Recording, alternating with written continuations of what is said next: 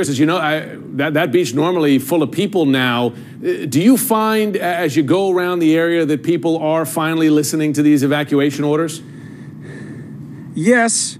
The experts, the police will say more than usual, but not enough. There are actually a lot of people on this beach. Just now, the police are starting to come and tell them that they have to get off. This is a mandatory evacuation center, Jim, evacuation zone. So you're not supposed to be here. Now, we look at the map down there, and of course, Governor Rick Scott told us earlier in the program, it's the storm surge they worry about. He's talking about some areas as much as 12 feet, one story of a house or a building.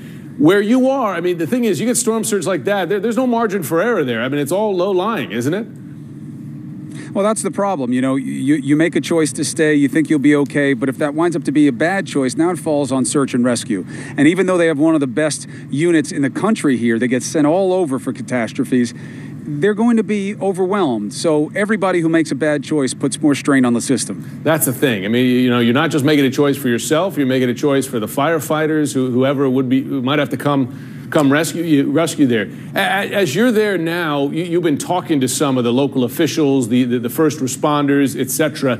Do they give you the sense they're ready for this? I mean, I know they've seen a lot of hurricanes there, but they haven't seen one like this. Well, that's what they keep saying, is that they're worried that this will be more than they've ever dealt with before. And a downgrade from 5 to 4, as we both know, that's like the difference between a punch in the throat and a punch in the nose. You know, either way, it's going to really hurt. It's really only a distinction for scientists. So they say they've done as much as they can.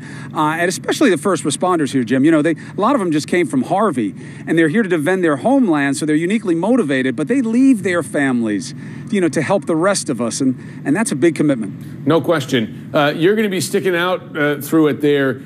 Have you talked to any residents who are sticking it out, and have they explained to you why they're making that decision? Yes, you know, and there's a range. Sometimes it's they're elderly and infirm, they can't leave, or they have other people they have to take care of, or they didn't have the money, they didn't have the access. And then you have people who just say they want to stay, they think they'll be okay. And, you know, look, you can't make them leave, but it is a choice that, as you said very well, Jim, puts others at risk. Chris Cuomo, stay safe down there. We're glad to have you there, but stay safe. Be sure to tune in this Sunday morning for CNN State of the Union. Jake Tapper, my colleague, he will speak exclusively with Senator John McCain. That is the senator's first live national television interview since his cancer diagnosis. Plus, Jake will also have all the breaking news on Hurricane Irma as this Category 4 storm hits Florida over this weekend and in the coming hours. All starts at 9 o'clock Eastern Time on Sunday right here on CNN. That's it for The Lead. I'm Jim Sciutto in today for Jake Tapper. I turn you over now to the very capable hands of Wolf Blitzer. He is in the Situation Room.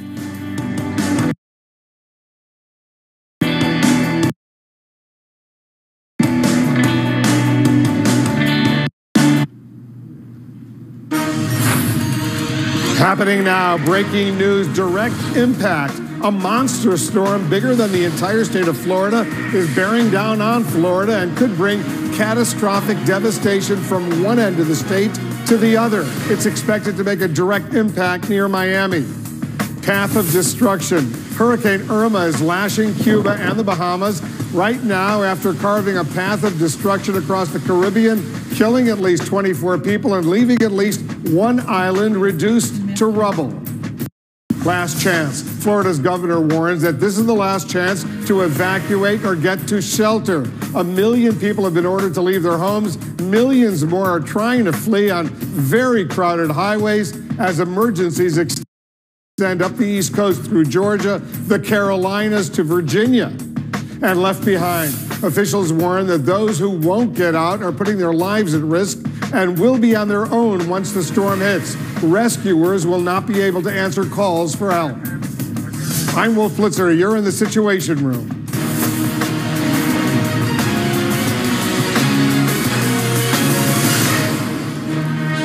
This is CNN Breaking News. Breaking news, the latest forecast is just coming in for Hurricane Irma. It's now a Category 4 with winds of 155 miles an hour and is roaring toward Florida. The monster storm, which has already killed at least 24 people and devastated entire islands. Is not finished with the Caribbean. Cuba and the Bahamas are being battered right now, but Florida is bracing for a catastrophic direct hit. There could be storm surges of up to 12 feet along the coast, and the powerful core of the storm could hit the Keys and then the Everglades near Miami, barreling up through the entire Florida peninsula. That's prompted what may turn out to be one of the largest mass evacuations in U.S. history. Florida's governor says time is quickly running out, urging residents to leave now. Hundreds of thousands have been ordered to evacuate, and millions more they're trying to move out of harm's way, leading to clogged highways and gas shortages. Officials in South Florida warn that once the storm hits, they won't be able to help those who decide to stay behind. Georgia and South Carolina have also ordered evacuations beginning tomorrow. I'll speak with Florida's Governor Rick Scott and the director of the National Weather Service and our correspondents, specialists and guests. They're standing by with the kind of full coverage that only CNN can deliver. The breaking news. A new forecast is just in for Hurricane Irma. Let's go straight to our meteorologist, Allison Chinchar at the CNN Severe Weather Center. Allison, what is the very latest? So the very latest, Wolf, is that we are seeing at least a moderate increase in terms of gusts, going from 185 miles per hour up to 190 miles per hour. Sustained winds are holding steady at 155, but I want you to understand, 2 miles an hour stronger. If this was 157, that would be a Category 5. So even though we are just a Category 4 now, it is at the very top end of that Category 4 strength. You can see the storm continuing its trek in between the Bahamas and Cuba. This plays an important role because over land, the storm weakens, but it's over open water. This is where the storms like to be. This is where they can either maintain strength or get even stronger because of that warm water. We've also seen an increase. This swath of hurricane watches and warnings has expanded a little bit because we are getting closer to landfall time. And the closer and closer we get, the more these hurricane watches and warnings are going to spread further north into the state. So keep that in mind. Even if you see your county on the map and it's not under a hurricane watch or a warning as of right now, that could change as we get closer to landfall. Speaking of landfall, we expect that to be around sunrise, somewhere between overnight and sunrise Sunday morning. Again, depending on exactly where that landfall could end up being. It could be over the Keys, it could be around Key Largo. The exact point is still up in the air. However, we do know that it will end up making landfall over some portion of southern Florida and then continue the trek further off to the north. The good news is, as it pushes further north, it is expected to weaken. So the folks in northern Florida won't have to contend with quite as strong of winds as the folks in southern Florida. However, with that said, even 60, 70 miles per hour is a very high-end tropical storm. Places like Tampa, Orlando, you're still looking at, say, a Category 1 to a Category 2 strength hurricane as it makes over your particular locations. So that's going to be key. Basically, from the moment it makes landfall up until we get to, say, Daytona Beach, we still expect this storm to maintain hurricane strength, even though it will be weakening. Now, the strongest storm surge that we expect to get will be along the southern edge of the storm. We're talking, say, West Palm Beach down through Key West, could see storm surge of 5 to 10 feet. Naples on the western side down towards Key West could see as much as 6 to 12 feet. Okay, here's the thing. The average first story of a building is 10 feet tall. That means you could see entire homes' first stories submerged underwater because of the potential storm surge that we'll be dealing with this storm. You also, on the western side, you may be wondering why that number is a little bit higher than that on the eastern side. It's called shoaling.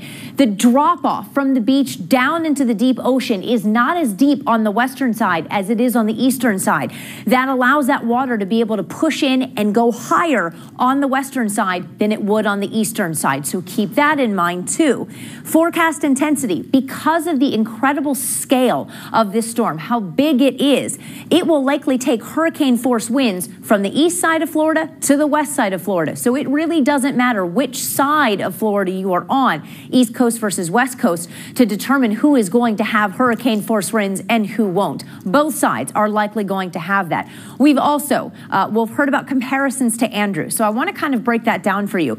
This is Andrew on the left. This is Irma on the right. Technically, Andrew is expected to be slightly stronger at landfall, 100 165 miles per hour. We're expecting Irma around 150. But it's the time over the state of Florida where the big difference is. Andrew only spent 4 hours from one side of the Florida to the other. Irma is expected to spend at least 30 hours over the state. And that's going to be the big concern because that's going to allow a lot of heavy rain to fall, which could cause flooding, storm surge, not to mention hours upon hours, Wolf, of those incredibly strong winds. Allison Chinchar, meteorologist, we'll get back to you. Don't go too far away. I know you're getting more information all the time. I want to check in with our own Brian Todd. He's in West Palm Beach, Florida for us, where police have been going door to door telling residents to evacuate and evacuate now. Brian, what have you been seeing there? Wolf, there is a real scramble tonight to get people out of this area. They're trying to get them off Palm Beach Island, this barrier island here to my right, to my left, your right, across these bridges. They're trying to get them over here to West Palm Beach where we're standing, into shelters and into other higher ground because that's a very vulnerable area over there for storm surge. As you mentioned just moments ago, we saw police coming down this street where we're on right now, telling people over the loudspeaker, door to door, evacuate now. Wolf, they are trying to avoid the devastation, the loss of life that just occurred in the Caribbean. Entire hillsides wiped out, like this one in the British Virgin Islands. Roofs blown off, coastal buildings shredded. This devastation in the Caribbean is what Florida could be facing as soon as Saturday.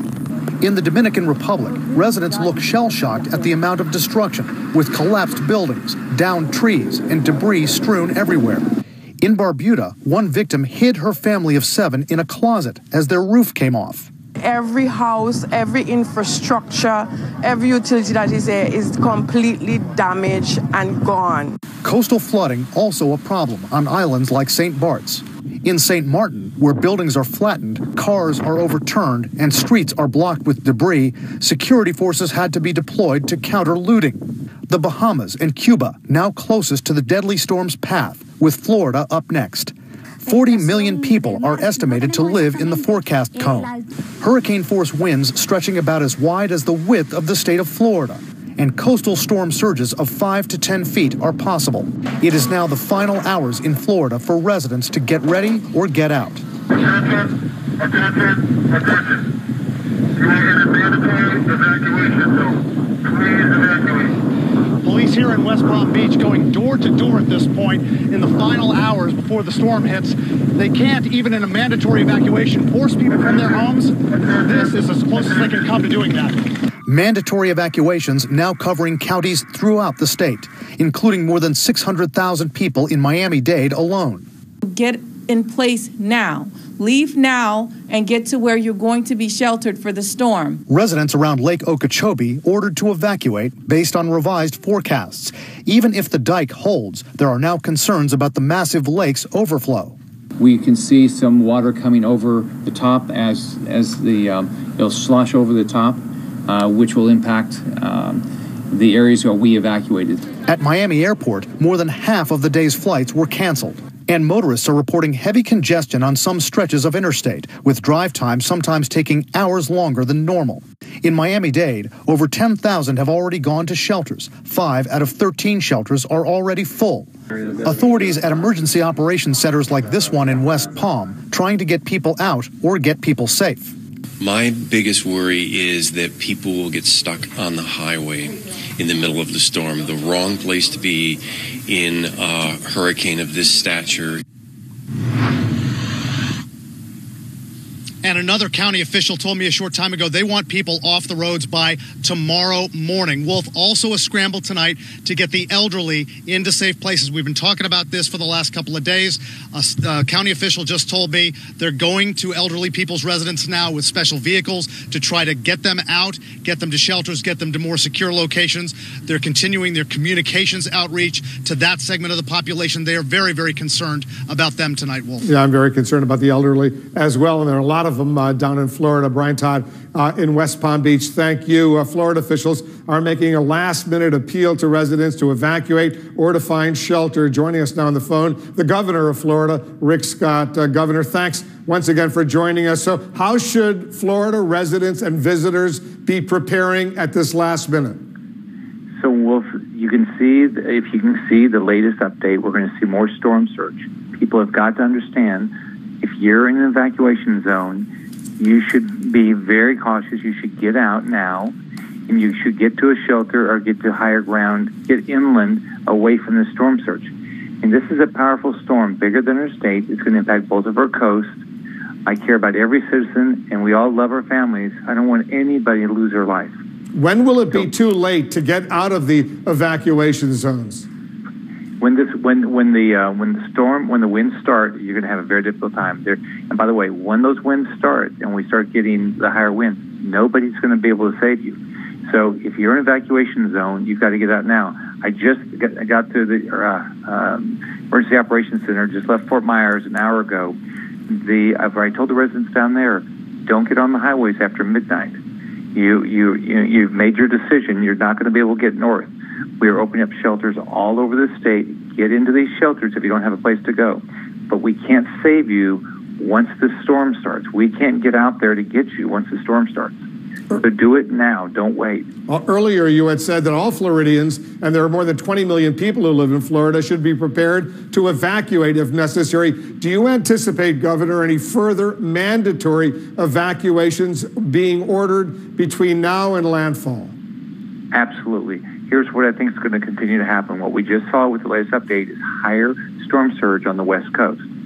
So I'm not sure exactly what they're going to do in the Fort Myers area, but it's a little bit higher storm surge, so that might impact what they're doing. But as this travels north, and as we know what's going to happen, these communities are going to continue to do evacuations. And so we're going to see more evacuations as it goes. The storm comes up through our state.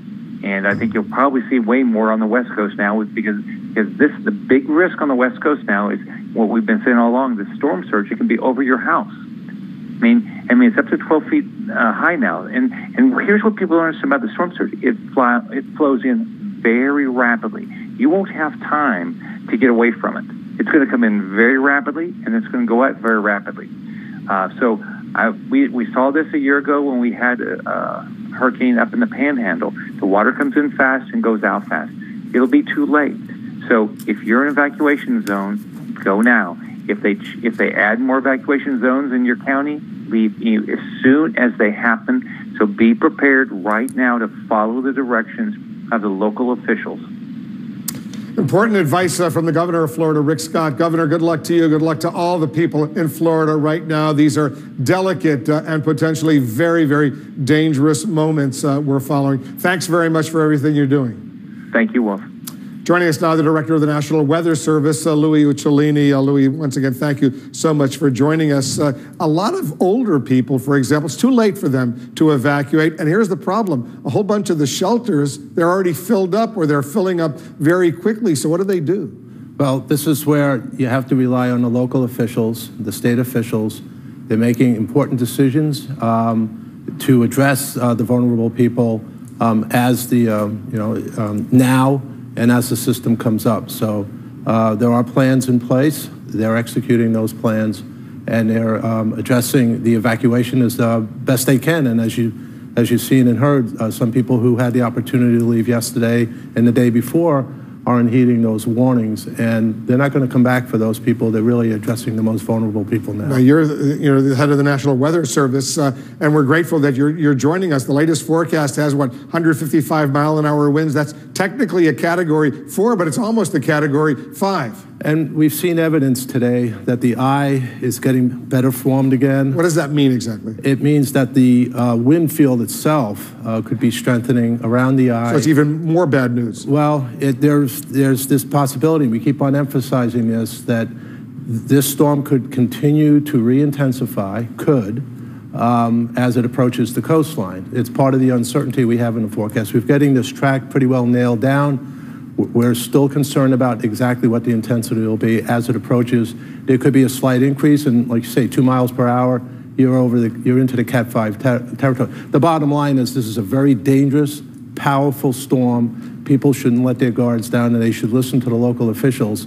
And if they're telling them to get out, get out. Is this potentially the worst one you've ever seen? This is certainly going to be the big one for this generation down in Florida since Andrew, and it's a much larger storm than Andrew. It could create a lot more damage. What scares you the most over the next 24 hours? Well, it's the landfall and the storm surge associated with it, and the very strong winds, and then when we move from there, it's the heavy rainfall and potential flooding right up the spine of Florida into Georgia and perhaps the Carolinas. See, Andrew went across Florida. This one's going up Florida, so potentially could impact 20 million people or more. Right, and Andrew was a very small hurricane as it moved across Florida. Where it hit, tremendous damage, but a relatively small area. And that was back in 1992, 25 years ago. Stay with us. You're going to be with us here in the Situation Room. Louis Uccellini is the director of the National Weather Service. Up next, more on the breaking news. Millions of people right now, they are fleeing as Hurricane Irma heads for a direct hit on Florida. We're tracking the storm's path with the latest forecast. Stay with us. We just got to take it one game at a time. Next question. Odell, can you repeat everything you just said? My live stream won't load. Technical foul. Wrong sport. Wrong network. You see, you need unlimited on Verizon. It's America's largest, most reliable 4G LTE network. They won't let you down in places like this, even in the strike zone. It's the red zone. Pretty sure it's the strike zone. Here, use mine. All right, see you on the court, champ. Heads up. When it really, really matters, you need the best network and the best unlimited. Now plans start at $40 per line for 4 lines. Security? Identity-based security. Doesn't look very tough. Well, if you're supposed to be here, you barely notice it. But if you're not... Awesome.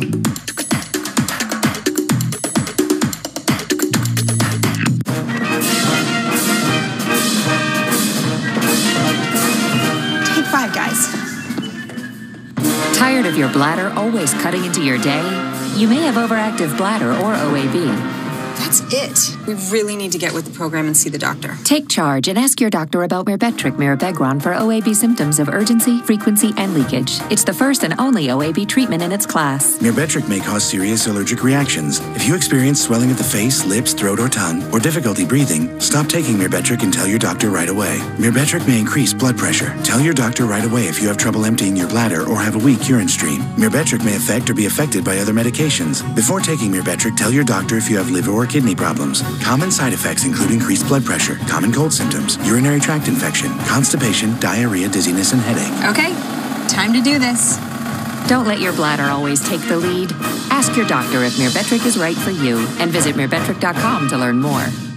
Day 13. If only this were as easy as saving $600 when you switch to Progressive. Winds stirring, too treacherous for a selfie. Sure, I've taken discounts to new heights with safe driver and paperless billing, but the price at the top is worth every last breath.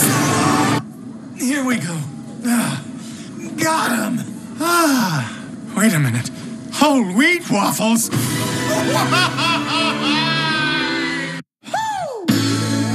I enjoy the fresher things in life. Fresh towels, fresh soaps, and of course, TripAdvisor's freshest, lowest prices. So, if you're anything like me, you'll want to check TripAdvisor. We now instantly compare prices from over 200 booking sites to find you the lowest price on the hotel you want.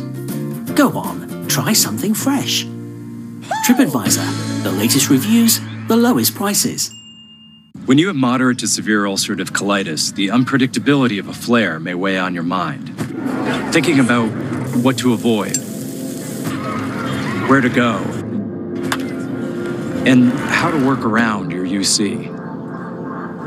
That's how I thought it had to be. But then I talked to my doctor about Humira and learned Humira can help get and keep UC under control when certain medications haven't worked well enough. Humira can lower your ability to fight infections, including tuberculosis. Serious, sometimes fatal infections and cancers, including lymphoma, have happened, as have blood, liver, and nervous system problems, serious allergic reactions, and new or worsening heart failure. Before treatment, get tested for TB. Tell your doctor if you've been to areas where certain fungal infections are common, and if you've had TB, hepatitis B, are prone to infections, or have flu-like symptoms or sores. Don't start Humira if you have an infection. Raise your expectations and ask your gastroenterologist if Humira may be right for you. With Humira, control is possible. At Custom Ink, you can create custom t-shirts and other great products for all of life's events. Get free shipping and on-time delivery, guaranteed.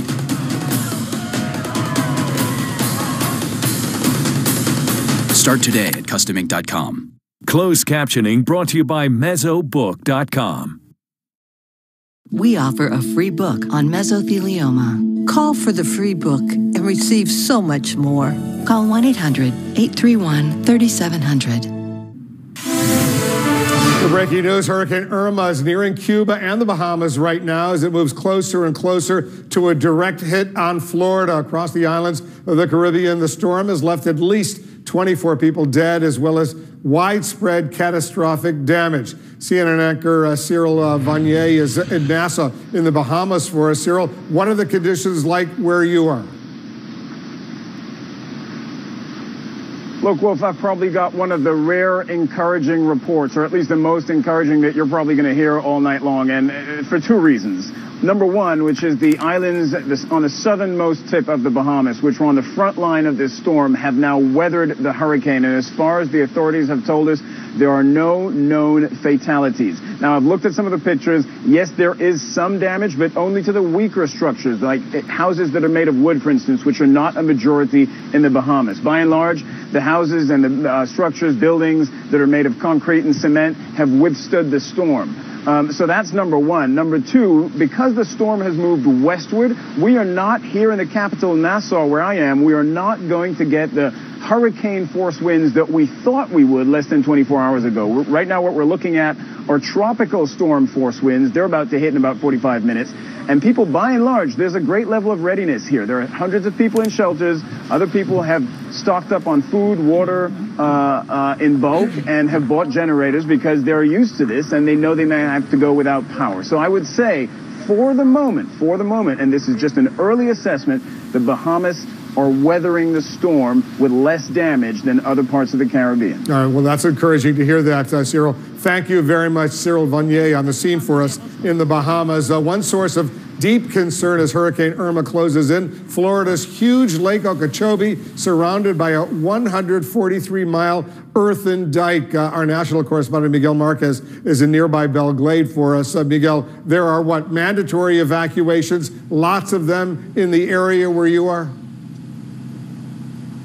It's the entire area south of the lake, basically, Wolf. And I want to point out this bus here because officials said that 5 p.m., which was about 20 minutes ago, is the cutoff point for evacuations from Belle Glade and this area. That may be the last bus out of town. This is a very rural area, mostly agricultural workers, an immigrant area, a lot of Creole spoken here. They have two problems. One, it is on or near the path of the storm, and the second problem is Lake Okeechobee. They're not entirely sure that levee system, which was built starting in the 1930s, it's been improved in recent years, but there are very weak spots along it, and they are not sure that if the rain and the fury of that storm washing up on that levee, and then the rains above the lake in the watershed there, it's a massive, massive, vast watershed that would pour water in that lake for days after it stops coming down out of the sky.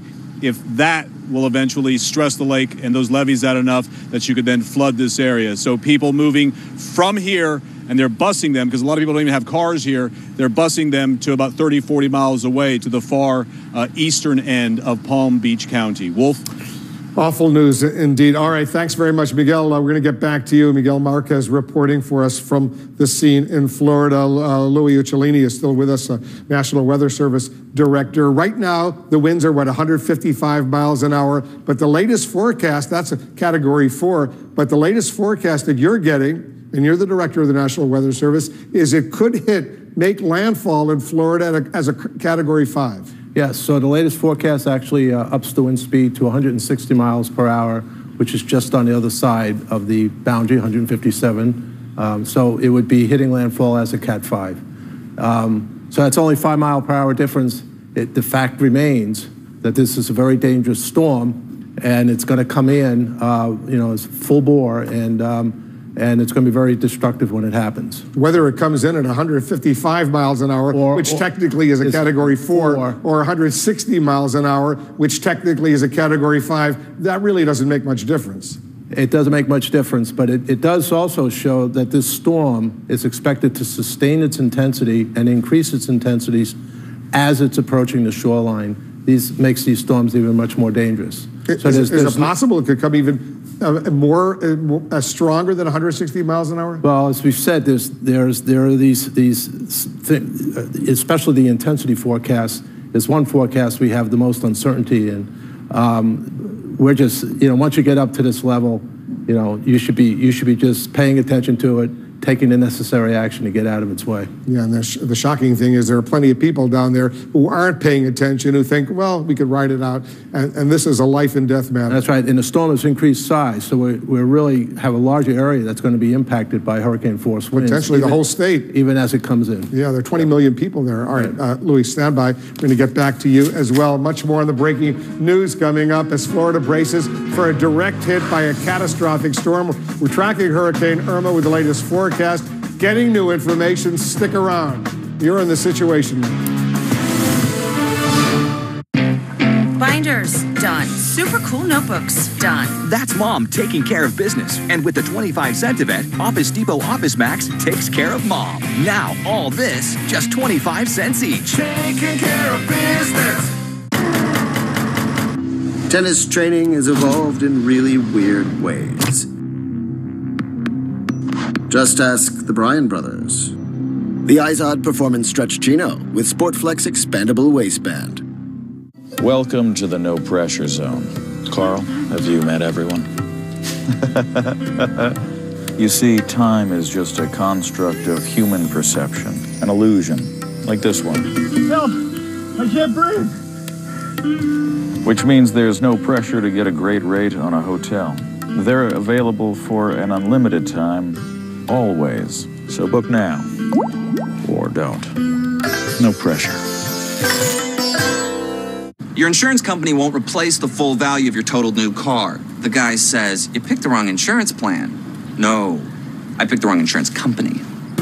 With Liberty Mutual new car replacement, you won't have to worry about replacing your car because you'll get the full value back, including depreciation. Switch and you could save $782 on home and auto insurance.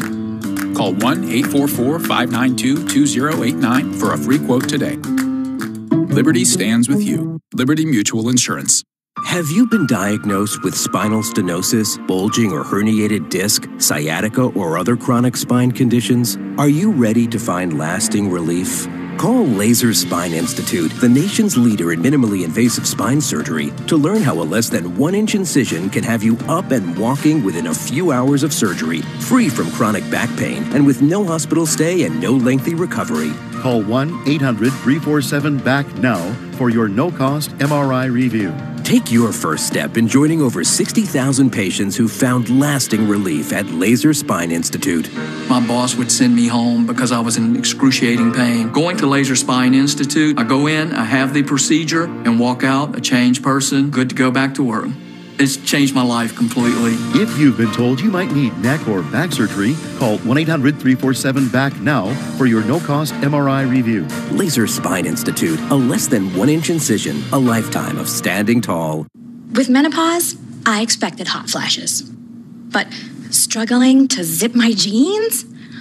I'm not ready for elastic waistbands. Only Estroven Weight Management helps safely manage weight and relieves hot flashes. Safe, trusted Estroven.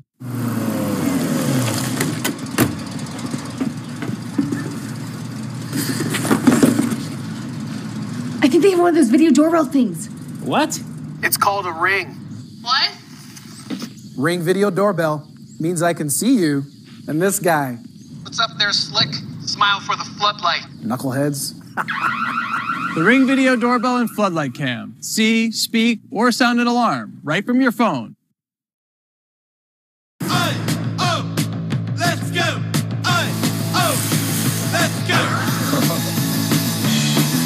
Looking good. Season 10 of Anthony Bourdain Parts Unknown starts Sunday, October 1st at 9 on CNN. Hey, this one looks empty. It's a sensor. It's fucking. May I help you? Oh, yeah. We just noticed your lawn here needed a little, What my lawn needs is for you nitwits to get off of it, okay? Bye-bye. Does your floodlight prevent crime? Ours does. Introducing Floodlight Cam by Ring. Security in a whole new light. I won this 55-inch TV for less than $30 on DealDash.com. I got this $1,200 computer for $100.71. These aren't actors, they're real people who got real savings at DealDash.com, the fair and honest bidding site.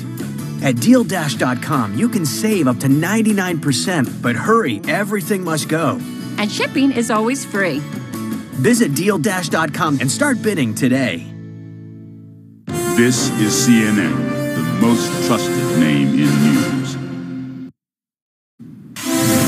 Our breaking news, Hurricane Irma is headed for a direct hit on Florida and could bring catastrophic damage from one end of the state to the other. New forecast is just out. Let's go to our meteorologist, Allison Chinchar. She's at the CNN Severe Weather Center. So what can we expect, Allison?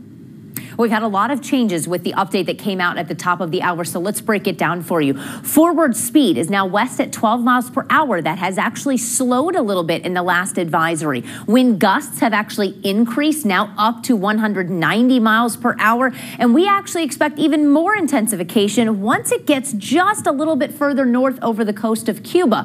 When it does, it's likely going to be, again, in some of the warmest water in this region. That's what hurricanes like to be, and they like to be in that incredibly warm water. That helps them intensify. And that's what we expect. Notice it goes from a 4 just barely up to a Category 5 as it's going over the Florida Keys. Now, we expect it over the main peninsula of Florida to be a Category 4 over landfall. But again, it's going to be at that high-end scale of a Category 4. And as it goes over the Florida Keys, the National Hurricane Center expects it to be a Category 5 strength. In terms of storm surge, look at the most updated numbers that we got at the top of the hour. 5 to 10 feet along the eastern edge of Florida. Southwestern from Naples down to the Key, we're talking 8 to 12 feet. Venice down towards Fort Myers, 5 to 8 feet. And Tampa, you're talking about 3 to 5 feet. Now, you have to understand, in terms of the scale, say, of Miami, here is a Google Earth image of Miami. This is what it would look like. In a lot of these streets where you see the blue,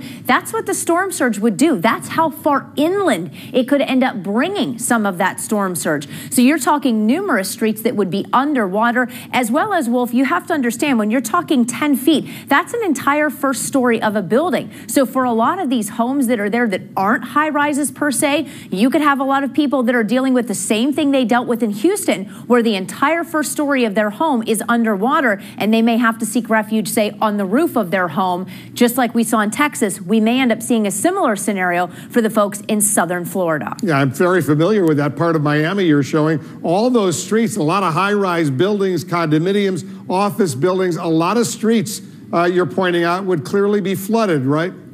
Yes, absolutely. And again, we're not just talking a foot or two. Many of these would be 6 to 10 feet of storm surge that would come in. That's not passable for most vehicles. So at that point, you have to stay put. You can't go out on the roads when that storm surge would be that high. Allison, we're going to get back to you shortly. I know you're getting more information as well. Allison Chinchar, a meteorologist. CNN's Patrick Ottman is along the north-central coast of Cuba right now, where they're expecting hurricane conditions. Patrick, what is it like right now? We're starting to get those first bands from Hurricane Irma coming into this area where I am. Gusts of rain, increased wind, some pretty big waves off the coast. Further east of us, they've been getting battered all day long. Thousands are without power. The Cuban government has been evacuating hundreds of thousands of people, Wolf, ahead of the storm all day long where we are. We've heard government officials coming by with loudspeakers telling people that if they want to get out, now is the time. Many have done that, putting their belongings sometimes on horse and carts and going off to government shelters, caves, or old bunkers from the Cold War just to get out of this area, which is expected to flood. Others are hunkering down, Wolf. They say they don't want to leave their homes and they're going to ride it out. But as weather conditions get worse here, it's going to be a long night. Be careful over there. We'll stay in close touch with you. Good luck to all the folks in Cuba as well. Coming up, the updated forecast for Hurricane Irma. The National Hurricane Center now warns of life-threatening wind impacting much of Florida, regardless of the exact track the storm takes. I'm Phil Mickelson, pro golfer. I'm Karen. I'm a teacher. My psoriatic arthritis caused joint pain. Just like my moderate to severe rheumatoid arthritis. And I was worried about joint damage. My doctor said joint pain from RA can be a sign of existing joint damage that can only get worse. He prescribed Enbrel to help relieve pain and help stop further damage. Enbrel may lower your ability to fight infections. Serious, sometimes fatal events, including infections, tuberculosis, lymphoma, other cancers, nervous system and blood disorders, and allergic reactions have occurred. Tell your doctor if you've been someplace where fungal infections are common, or if you're prone to infections, have cuts or sores, have had hepatitis B, have been treated for heart failure, or if you have persistent fever, bruising, bleeding, or paleness. Don't start Enbrel if you have an infection like the flu. Joint pain and damage Can go side by side. Ask how Enbrel can help relieve joint pain and help stop joint damage. Enbrel. FDA approved for 18 years. Endless Shrimp is back at Red Lobster, and we went all out to bring you even more incredible shrimp and new flavors. Like new Nashville hot shrimp drizzled with sweet amber honey, and new grilled Mediterranean shrimp finished with a savory blend of green onions, tomatoes, and herbs. Feeling hungry yet? Good, because there's plenty more where these came from, like garlic shrimp scampi and other classics you love. As much as you want, however you want them. But hurry, Endless Shrimp won't be here long. We asked our customers, why is Consumer Cellular your choice in wireless?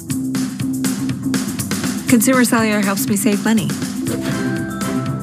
It's simple and easy. It is reliable. I like the fact that there are no contracts.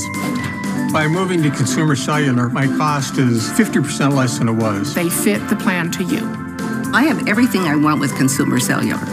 Their customer service is fabulous. Customers are their #1 priority. I really feel like they take care of me. We're proud to have received the J.D. Power Award for highest customer service 3 times in a row. We really appreciate the AARP discount. AARP members get exclusive discounts. It's easy to switch. You could use your own phone and you could use your own number. Wild horses wouldn't drag me away from Consumer Cellular. Go with Consumer Cellular. You're going to save a lot of money. Switch today. It's all backed by a 30-day risk-free guarantee. Call 1-800-325-6461.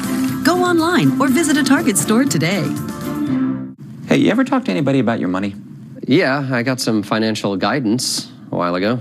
How'd that go? He kept spelling my name with an I. But it's Brian with a Y. Yeah, since birth. Oh, that drives me crazy. Yes. It's on all your email. Yes. They should know this. Yeah, the guy was my brother-in-law. That's ridiculous.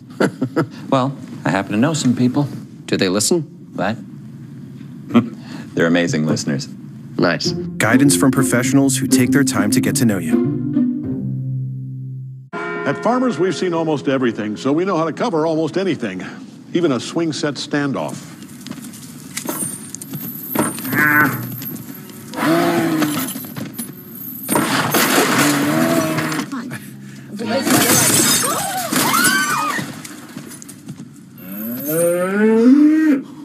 And we covered it. July 1st, 2015. Talk to Farmers. We know a thing or two because we've seen a thing or two. We are farmers. Bum, bum, bum, bum, bum, bum. I enjoy the fresher things in life. Fresh towels, fresh soaps, and of course, TripAdvisor's freshest, lowest prices.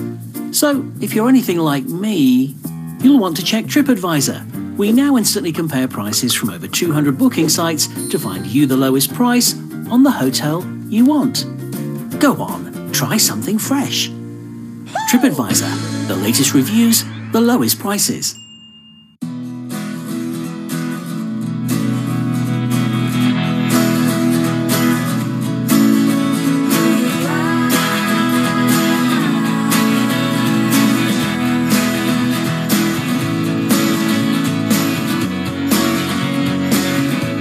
Whatever it is that makes your business great, promote it with Vistaprint. Choose from banners, postcards, or business cards, each starting at less than $10 when you enter TV10 at Vistaprint.com.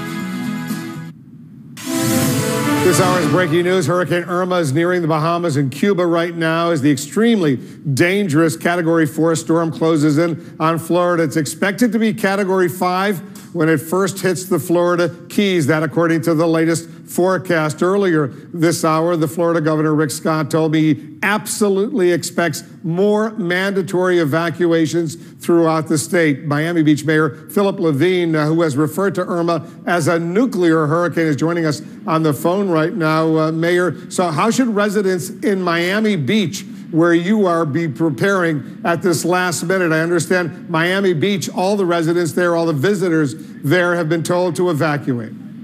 Absolutely right, Wolf. And basically our buses and our trolleys will begin, actually stop service at 10 o'clock tonight. And at that point, we're going to tell people to just bunker in. But we want more people to get on those buses and get to the shelters. I've been all over the city. I've met with homeless people. We've got them, convinced them to get onto these buses. And matter of fact, I went to a senior center, actually a couple of them, and the seniors have been going, but there's been a couple of holdouts. I met one lady who unfortunately didn't want to go, 92 years old. I pleaded with her, tried to convince her, and I said, Anna, my God, if you need something, here's my cell phone. And she turned to me and said, Mayor, you take my cell phone. I'm there to help you as well. The people have a tremendous spirit, but it's hard to convince a few of these holdouts. But so far, so good. When will it be too late to get out of Miami Beach? Well, by 10 o'clock tonight, we will no longer be having the buses to take you to the shelters. You can still leave, of course, but we believe by later this evening, early morning, these winds are starting to pick up tremendously at that point. And, of course, at that point, you don't even advise people to do it. If you have to start advising them just to bunker down where they are, it's a mistake. People need to get off Miami Beach. They need to evacuate. Unless you are in a complete hurricane shelter, it's not safe. But for some people, especially the elderly, evacuating might be impossible. Are local shelters their only real option? Yeah, but we don't actually have hurricane shelters on Miami Beach. I mean, clearly our shelters are on the mainland. But we've been working out with outreach. We have people going to senior centers, talking to folks with special needs. I mean, we have to know specifically what the issue is, and we'll take them to that specific shelter that can accommodate them, whether it's for dialysis or whether it's someone that needs oxygen. We have that type of ability, and that's what we're doing all across the city. Mayor, what advice do you have to residents who can't make it out and decide to hunker down in their own homes? Well, one thing I would say is stay away from windows, and number two, if need be, and you're in a high-rise building, go into the stairwell. That, to me, would be the best advice. Of course, don't go outside. Have you ever seen anything like this before in Miami Beach? No, never before. I mean, Hurricane Andrew, when you compare the size of it, this storm, Irma, is literally twice the size. That's why I refer to it as a nuclear hurricane based on the damage it's already created throughout the entire Caribbean. And as you know, the latest forecast says once it hits the Keys, it could be a Category 5 with winds up to 160 miles an hour, 160 miles an hour. That is a Category 5. A Category 4 is below 157. This would be a potential disaster. How many people, though, do you estimate are still hunkering down in Miami Beach? Well, we don't have an actual count. It's impossible for us to know. But I could tell you this. Ocean Drive's empty. The streets are empty. It looks like a ghost town, and that's what I like to see. No people on the streets.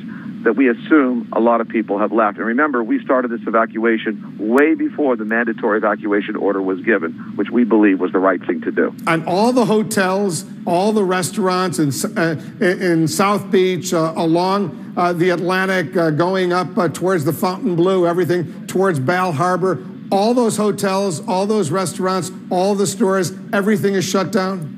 Everything is closed. Everything is shuttered up. On famous Ocean Drive, it's all boarded up. You could literally throw a bowling ball down Ocean Drive and you wouldn't hit anyone or anything. So this is a real dangerous thing. What's the last bit of advice you want to share with viewers who may be listening, who may be in Miami Beach right now? Well, I would say this. Number one, please try to get out now. Get on one of our buses. Go to a shelter off the island. And then number two, of course, if for some reason you can't, bunker down, stay away from windows, go into a stairwell if you have to during the storm. But we're going to be here, and we'll be here right after the storm to help anybody and everybody out. Good advice from Mayor Philip Levine of Miami Beach. Be careful. A final quick question. Where are you going to ride out the storm? I'll be right here in Miami Beach. I'll be at our hospital, Mount Sinai, and I'll be there with the command staff. It'll be a skeletal staff, but we'll be there. And most of our first responders, who have been incredible, will be right across the bridge, ready to come over as soon as we are able to clear the road. Well, how safe is Mount Sinai Hospital?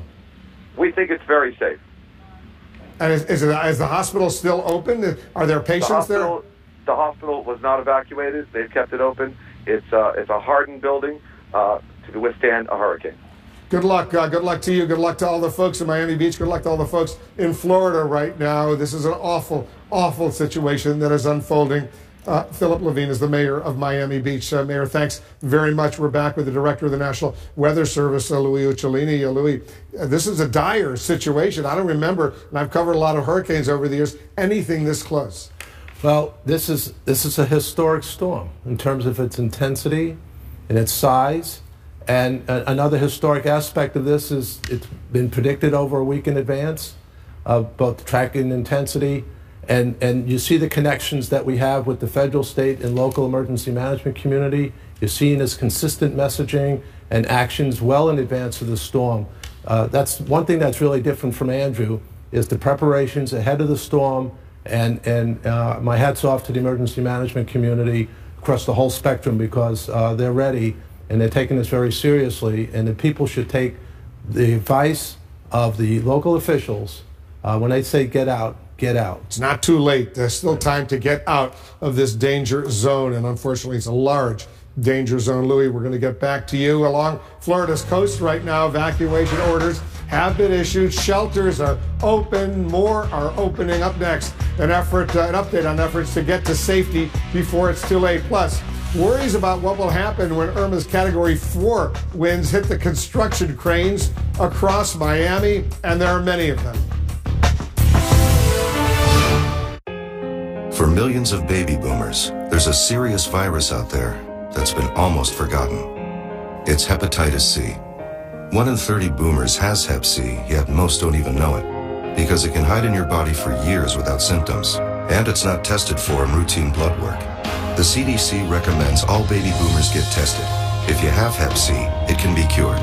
For us, it's time to get tested. Ask your healthcare provider for the simple blood test. It's the only way to know for sure. My 5-alarm chili makes game days better.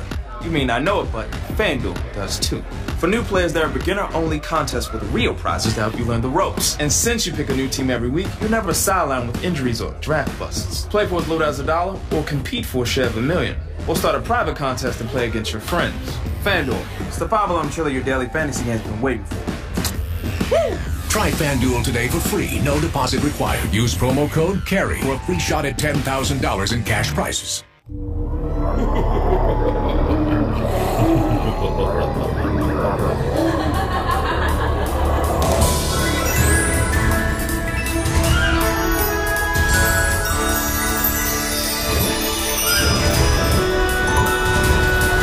Mathnasium is the math learning center with over 800 locations. Call us at 844-FUN-MATH. That's 844-FUN-MATH. And change your child's life forever. If you just sign that first I'm one so there. sorry. I don't feel comfortable signing that. I don't get the math here. Was this the same car we talked about? What's this dealer preparation thing? I'm so sorry. This just is not what we talked about.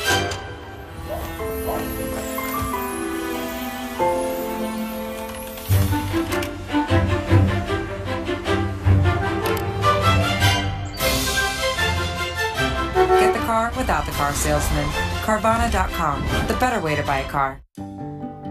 Do you have a life insurance policy you no longer need or can't afford? Now you can sell your policy for an immediate payment. We bought life insurance when our kids were young to protect their future. Our youngest just turned 40, and we no longer needed the coverage. That got us to thinking about letting our policy go. So I did some research and called Coventry Direct. I learned that you could sell all or part of a life insurance policy, even a term life policy. Turns out, people have been selling policies like ours for the past 15 years. Who knew? We sold our policy. Now we have money to help with the medical bills. And to add to our retirement. If you have $100,000 or more of life insurance, you may be a candidate to sell your policy. Call 1-800-382-9600 or visit CoventryDirect.com for a free information packet. 1-800-382-9600. Coventry Direct, redefining insurance. Hi, I'm Jesse. And I'm Ben. We started Hubble because contact lenses are too expensive. At Hubble, our fresh daily contacts are affordable and delivered straight to you.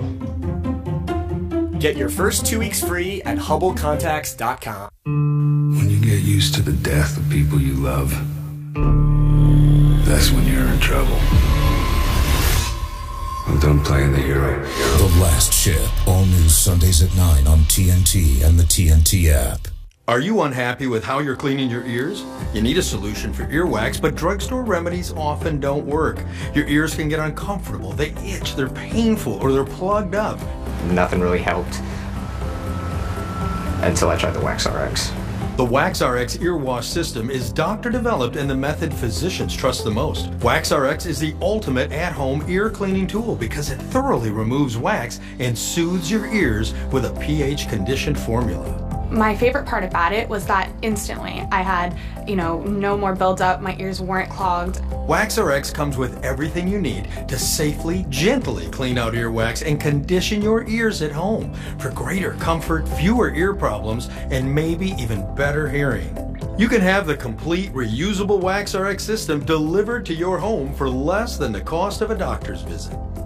Call now or visit buywaxrx.com. Use promo code WAX for free shipping today. This is CNN, the most trusted name in news. We're following breaking news, the urgent rush to get hundreds of thousands of people away from Florida's coast before Hurricane Irma makes a direct hit on the state. Not only will the wind and the storm surge pose life-threatening dangers, there are deep worries right now about what could happen when the storm hits nearly 24 construction cranes currently up around Miami. Let's go to our CNN anchor, John Berman, who's in Miami for us. John, they're just leaving those cranes up even though they're so vulnerable to the huge winds? They have to. They have to leave them up. It takes a week or so to take them down, and even then they would clog the streets. Well, and they want the streets open for people to evacuate. More than 20 of these cranes in the city behind me. Everywhere you look, you see them. I mean, we see at least 10 from this hotel balcony right here. It's a sign of the progress in this city. They are built to withstand 145-mile-an-hour winds. But as you've been reporting, well, Irma's going to hit as a Category 5 storm somewhere in Florida. That will bring wind gusts more than 145 miles an hour, 160 miles an hour, and that could be extremely, extremely dangerous. Now, these cranes are fastened to the buildings very, very tightly, but one feature here is that the boom, the arms that you see up there, they are not tied down. If they were tied down, it would provide too much resistance and work like a sail and then pull everything down. Those booms are loose and they're designed to work like a weather vane. We have some video of what it's supposed to look like in Puerto Rico. They swing. They're supposed to swing, but that is terrifying. And also, again, when the winds get north of 145 miles an hour, very, very dangerous. One of the building officials in Miami this week put out an official statement saying, I would not advise staying in a building next to a crane. In other words, if you are next to one of these cranes in one of these high-rise buildings, you might need to evacuate because it may not be able to withstand the strength of the storm. And obviously, well, a lot of people remember in Superstorm Sandy, not even Hurricane Sandy, not even 75 miles an hour in New York City, Sandy, there was a crane that tipped over and was a cause of serious concern and led to evacuations in New York City. So you can see why there is this fear here in Miami right now. Again, they've had so much progress. They're thrilled to have the construction, but they're not happy to have these more than 20 cranes standing up right now. Yeah, potentially really, really an enormous threat. Hopefully they'll be able to deal with these powerful, powerful hurricane winds. John Berman reporting for us from Miami. Thank you very much. Coming up, the latest on our breaking news. This monster storm barreling toward Florida right now. Florida bracing for a direct hit. Millions of people are fleeing. There are dire warnings for those who don't get out. We have the latest forecast. Have you been diagnosed with spinal stenosis, bulging or herniated disc, sciatica, or other chronic spine conditions? Are you ready to find lasting relief? Call Laser Spine Institute, the nation's leader in minimally invasive spine surgery, to learn how a less than 1-inch incision can have you up and walking within a few hours of surgery, free from chronic back pain, and with no hospital stay and no lengthy recovery. Call 1-800-216-BACK now for your no-cost MRI review. Take your first step in joining over 60,000 patients who found lasting relief at Laser Spine Institute. When you're in that much pain and you live on painkillers, you really don't have quality of life. I feel like Laser Spine Institute was an answer to prayer. The heavens had opened up and it was like, I can live again. If you've been told you might need neck or back surgery, call 1-800-216-BACK now for your no-cost MRI review. Laser Spine Institute, a less than 1-inch incision, a lifetime of standing tall. There's nothing more important than your health. So if you're on Medicare, or will be soon, you may want more than Parts A and B. Here's why. Medicare only covers about 80% of your Part B medical expenses. The rest is up to you. You might want to consider an AARP Medicare Supplement Insurance Plan, insured by United Healthcare Insurance Company. Like any Medicare supplement insurance plan, these help pick up some of what Medicare doesn't pay. And these plans let you choose any doctor or hospital that accepts Medicare patients.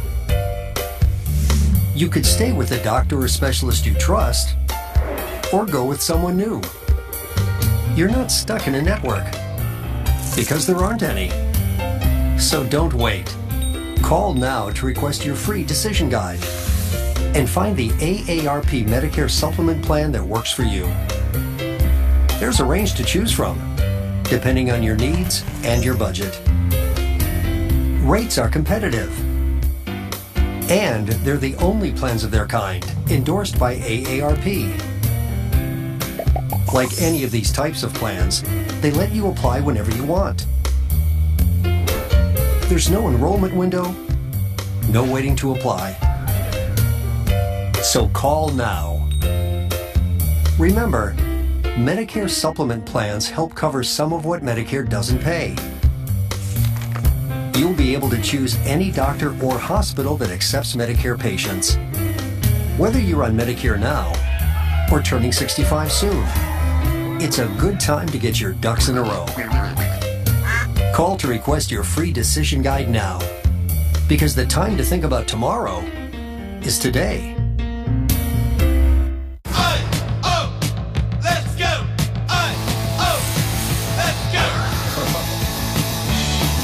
Looking good.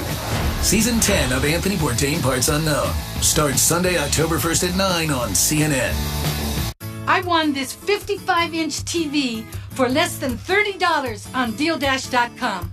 I got this $1,200 computer for $100.71. These aren't actors, they're real people who got real savings at DealDash.com, the fair and honest bidding site. At DealDash.com, you can save up to 99%, but hurry, everything must go. And shipping is always free.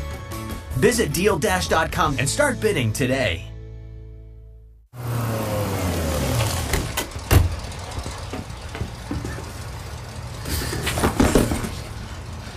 I think they have one of those video doorbell things. What? It's called a Ring. What? Ring video doorbell means I can see you and this guy. What's up there, Slick? Smile for the floodlight. Knuckleheads. The Ring Video Doorbell and Floodlight Cam. See, speak, or sound an alarm right from your phone.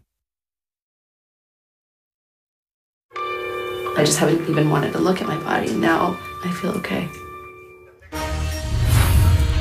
Happening now, breaking news. Irma's wrath. The killer storm is on track to become one of the largest ever to hit Florida, with a wall of water up to 12 feet high and ferocious wind with millions of people in its path. We have a new forecast that's just been released. Destructive force. We're getting grim new images of the devastation Irma has caused across the Caribbean, where the storm has killed at least 24 people. And tonight, another powerful hurricane, Jose, is looming in the Atlantic. Converging paths. Multiple forecasting models now show Irma's monstrous eye striking the Florida Keys first, then whipping its way up the entire state with hurricane-force winds. Officials say the only question is how devastating the damage will be. and out of time. Florida's governor implores people under evacuation orders to leave now and says all Florida residents should be prepared to flee soon. First of all, but for look many, at that traffic. clogged highways It's and gas literally shortages are 20 miles an hindering hour. their escape. Going 20 miles an hour. We want to welcome our it's viewers in backwards. the United States and around the world. He's taking the I'm Will emergency Blitzer. You're in the exit. Situation Room. So, the plane's going up, you know. Oh, no, commercial break. Oh, see ya. Bye. This is CNN Breaking News. The breaking news tonight, Hurricane Irma racing toward Florida and leaving a trail of death and widespread devastation across the Caribbean. A new forecast has just been released, extending the hurricane warnings and watches north on both Florida coasts. Right now, Irma is packing winds of 155 miles an hour. It is on track to make a direct hit on South Florida early Sunday. The storm surge is forecast to be as high as 12 feet, potentially inundating the Keys. The threat is being called catastrophic, and it's prompted what could turn out to be one of the largest evacuations in U.S. history. Officials have ordered millions of people in Florida, Georgia, and South Carolina to flee.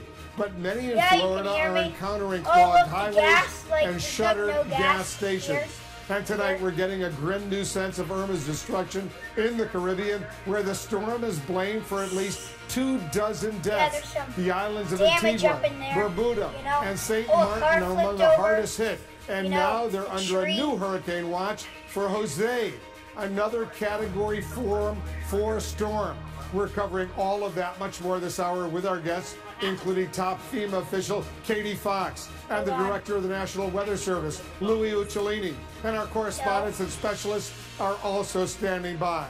Let's get straight to the CNN Hurricane Center. Our meteorologist, Allison Chinchar, is tracking Irma for us. Allison, there's a new forecast just out. You're getting new information. Yeah, we have a lot of new updates that have come in within the past hour, so let's get straight to them. First and foremost, wind gusts have increased from 185 to 190 miles per hour. The movement going from west at 14 miles per hour, slowing a bit down to 12. This can often happen when you're interacting with land, as we see with the Bahamas as well as Cuba. But the thing to note, it's in its prime spot. It's in open water here. This is a necessary ingredient for a lot of these hurricanes to be able to either maintain strength or actually intensify, and that's what we expect it to do. Intensify up to a Category 5 storm just before it crosses over the Florida Keys. Then as it goes into the Florida Panhandle and the main peninsula region, it will likely make landfall as a Category 4. But over the Florida Keys, if it ends up making landfall there as a Category 5, it would be only the 4th Category 5 storm to ever hit the United States in modern times. So again, just to show you how rare of a thing this would actually be. We talk about some of the big concerns, obviously being winds, but storm surge is going to be another huge impact here. From West Palm Beach stretching down towards Key West, we are looking at storm surge of around 5 to 10 feet. North of that, up towards Cape Canaveral, we could be looking at 3 to 6 feet. On the southwestern side, Naples down to Key West, this is where we could actually see some of the highest storm surge of 8 to 12 feet. It's called shoaling, okay? The reason it has to do with is the depth there. On the eastern side of Florida, it's a pretty steep dip once you get in towards the ocean from where the beach is. On the western side, it's much more gradual when the water starts to dip off. Because of that, it allows that water to be able to come up higher as it moves inland. So you're naturally going to have slightly higher storm surge in that southwestern portion of Florida. We also talk about the expansion of hurricane watches and hurricane warnings now that we are getting closer to landfall. And these are likely to 150 miles, over the next 24 hours. an hour. So just because your county may not be under a hurricane watch or warning right now doesn't mean it will stay that way. We will likely see more counties added to this in the next 24 hours. Here's a look at the forecast intensity, because you have to understand the size of this storm. It is massive, and because of that, the hurricane force winds will actually extend on both sides. So it doesn't really matter if you're on the Miami side or the Naples side. You are going to get hurricane force winds out of this storm. It's not likely to weaken below that until it gets close enough to the Georgia state line. Now, a lot of comparisons have been made to Andrew. Yeah, as you can see, Irma is just a little bit bigger size. Andrew. This is to scale. This is Andrew. And this is Irma. You can see the sheer I difference heard between the two of from them my friends- in not just size, but also it went away. strength. Never And mind. yes, Wolf, we talked about the models. For the last couple of days, they've been a little off. You have to kind of Totally pick know and what choose. she's talking Now about. you don't have to, because both of the models, especially the main ones that we look at, have really come into agreement on where this is going to make landfall. Listen and to when. her. I And at don't know this what I'm point, that talking when about. looks to be early Sunday morning for South Florida. The American model and the European Okay. model now in agreement. So the path on Allison, the bottom stand right, by. I know you're working pretty your big. information. We'll get more from you shortly. Okay, It's not here's the just story. Florida's My coast friend in said danger. There's fear of that life-threatening the flooding hurricane is inland bigger as than well. Let's go to our Florida national and correspondent, Ohio Miguel combined. Marquez. He's near Yeah, Lake it's pretty Okeechobee big. in Florida for us. Miguel, communities there, they are clearly under evacuation orders. Okay, they're in Mandatory evacuation orders here and mass Right now. evacuations and escape throughout the state. It is time to either roll the dice and hunker down or get out. Yep. What he said. Get it. Oh, wow. Tonight, Hurricane Irma heading straight for Florida, leaving a devastating trail of destruction Gonna hit across the Florida Caribbean in tonight. its wake. Homes and buildings decimated, no water, Whoa. and hundreds of Did you thousands see without that? power. Irma slammed the islands of Turks and Caicos early Friday as a Category 4 hurricane. Last night was the worst experience of my life. The wind. It was just banging against the wall. The British Virgin Islands also hit hard. What used to be homes, now just frames and debris. Trees snapped in half They got and an really airport hit. in rubble. Tonight, the storm is on track to hit Florida early Sunday Yeah, morning. board your Residents windows. across the state are being warned. Woo, lot of Get people. out. I don't know anybody in Florida that's ever experienced what's about to hit South Florida. Now, what could be one of the largest evacuations in U.S. history is underway. All Floridians should be prepared to evacuate. Thousands of me turn motorists up the on sound roads for headed them. north while I others have no crowd idea what I'm airports for the talking few about. remaining flights out. To be honest. Some who are staying are pouring into shelters. This storm is You wider watching than right an now? entire state. Hello. It is expected to cause major and life-threatening impacts from coast to coast. Now, I'll tell you one issue here in the center of the state, Lake Okeechobee, is not maybe the storm itself, but the rain it may dump on here. If it is a slow-moving there's gonna be storm a lot and of dumps rain. tons of water on the lake and the watershed north of it, it could threaten those 143 is miles of coming right levees now. protecting all that water from spilling out, and it could have a massive disaster on our hands just where we're standing right now here. Wolf? All right, Miguel, we'll get back to you. Miguel Marquez reporting for us. Let's get some more. All of this, FEMA's acting deputy administrator, Katie Fox, is joining us once again. Katie, thanks very much for joining us. they What know are what they're FEMA's doing, top not me. priorities in these hours They have, like, before 50 this people in monstrous there. storm hits? FEMA's top priorities are to really echo Okay, what so the right state and now local we're in officials have warning. said, which That's is to great. follow the guidance of your local officials. If they tell you to When it hits evacuate, us. get out. Do not mess around. Do not delay. Do precisely as they say to keep you safe. At this point, Katie, are there any significant changes we potentially could see as far as the hurricane's path to make things better or worse for Floridians? Yeah, very good coverage. You know, I think as you just heard in the previous I know report, this is everything. a Listen to massive me. storm, and I'm so her. you know the entire state right now is in the path, and it's been a It'll little only bit be difficult just to predict. A about couple miles here only or there. 145 So miles an I hour would just when it say, hits you know, us. follow the advice of your local officials. Make sure that you have your supplies, your emergency It'll be preparedness Sunday, kit, 2 p.m. and that you're ready to follow those orders. At this late stage, Katie, what should Floridians, residents, visitors in Florida be doing right now if they haven't evacuated? You know, it depends on where you are exactly. Some people are in higher ground and they've got good places to shelter, and that may be we're the about safest 4 or place for 5 them to feet be. So high. again, you know, follow the advice of your local officials. If you've got the FEMA app, take a look at that emergency checklist, double check it, make sure that you haven't forgotten anything. Do you have your medications? Do you have food and water for your pets? You know, make sure that you're ready to go. And if you have some spare time, you could, you know, look at ready.gov and do some training on you are the help until help arrives. Be ready to help your neighbors, because we know, looking in Houston and every place else, that neighbors are often the ones who are the most useful right in the immediate aftermath of a disaster. Does FEMA right now, Katie, feel overextended, given what you've just gone through with Harvey in Texas and Louisiana? You know, this is what we do. We prepare for the worst, and then we're ready for it. So we are marshaling all our forces across the Department of Homeland Security, certainly within FEMA, and really across the federal government. We're working with our state and local partners to increase our forces and be ready for whatever may happen. It's going to be a Category 5, we're told, once it hits the Keys, as it moves up through the entire state of Florida. There's going to be an enormous amount of power outages, right? What are the folks going to do if they lose power for days and days and days?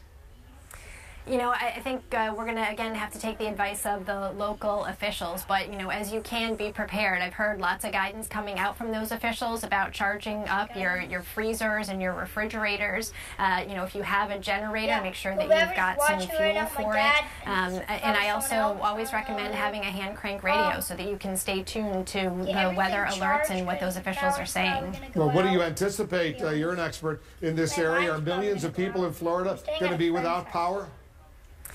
The estimates that we have seen so far is that there could be tremendous amounts of power outages. Well, what does that mean, tremendous amounts? I don't have the numbers right in front of me, but, you know, there are a lot of... you know, this is a massive storm, and there could be a lot of folks in Florida without power. And would that last for days or weeks? You know, it really depends on the magnitude of the storm. I mean, as you've heard, this is a Category 5 storm with incredibly strong winds, and it really remains to be seen what happens with the infrastructure, but it could be a little while. Are there enough shelters open right now, Katie, and do they have enough clean water, food, other supplies, medical equipment that the people will clearly need? My understanding from the state is that they have what they need in terms of shelters. I know that in the last couple of days they've marshaled a volunteer force of 17,000 to supplement the regular force of shelter workers. And we've got pre-staged food and commodities ready to supplement the state as they need. But my understanding is that right now they're in pretty good shape. Katie Fox is the acting deputy administrator of FEMA. Thanks for all the important work, Katie, you and your colleagues are doing. We're all grateful to you. Appreciate it very much. Thanks so much. Let's bring back Louis Uccellini. He's the director of the National Weather Service, who's been with us here in the Situation Room. When the water is warm as it approaches Florida, the power of this hurricane is only going to intensify. The source of energy for these storms is the warm oceans.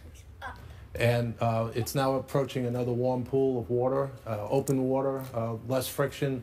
So and we've seen now during the day this tendency to start intensifying again. We're predicting now at 160 miles an hour at landfall in the northern Keys. So it's feeding off the energy of the warm ocean. It remains a very dangerous storm. We can expect a destructive windstorm surge and heavy rainfall as it hits Florida and moves up. And the other aspect of this that we need to emphasize is that when you get this powerful storm making landfall, you have to worry about the tornadoes in that northeast quadrant of the storm. So, in other words, there's going to be the power of the hurricane, and there's also going to be tornadoes that are developing. You get these tornadoes that spin up very rapidly in the section of the storm. In this case, it'll be the northeast sector of the storm, and that's just another part of the threat that the storm, that people are going to be facing as the storm makes landfall. We've heard it now. You've just heard it from FEMA. I want to re-emphasize, it's the local officials that are making decisions to save lives. And people have to listen to them. This is an incredibly dangerous situation. So when you say there could be tornadoes developing from the northeastern part of the hurricane, that's the part that's going to hit presumably areas like Miami, right? Miami, and then all the way up the coast. So are you saying, Louis, that there could be tornadoes in the Miami area? We're saying that within that whole northeastern sector as it moves up, we have to be particularly cognizant of the fact that that's where tornadoes usually spin up. It could happen on the back end of those bands as well. So this is one of the meteorological threats that we're emphasizing as the storm makes landfall and then moves up Florida. We've got some new video from Barbuda in the Caribbean. I want to put it up and show our viewers, and I want you to watch it. Take a look at the devastation. Louis, take a look at this. Look at the video. You can see it right there of what happened. This island was basically devastated, 95%, we're told, destroyed. in what once was a very, very beautiful Caribbean island. Look at these pictures. Is this what we... Talking or just the news? What happened? What happened? What happened? Are you good? Can anticipate happening in South Florida? This is exactly where the eye passed over this island. This is where the forces are maximized around a hurricane, is within the eye wall. That's what you see, okay, is that kind of destruction with these kind of winds. We're predicting winds that'll be slightly lower than what it was when it went over this island, but we're just talking about 10 miles per hour, 15 miles per hour difference in sustained winds. You can see the kind of destruction these kind of winds can cause. We should be very concerned for those areas where this eye will pass over on landfall. All right, stand by for a moment. Louis is going to be with us. Louis Uccellini, the director of the National Weather Service. Patrick Ottman is in Cuba for us right now, where this storm is really developing. Patrick, be careful over there, but tell us what you can.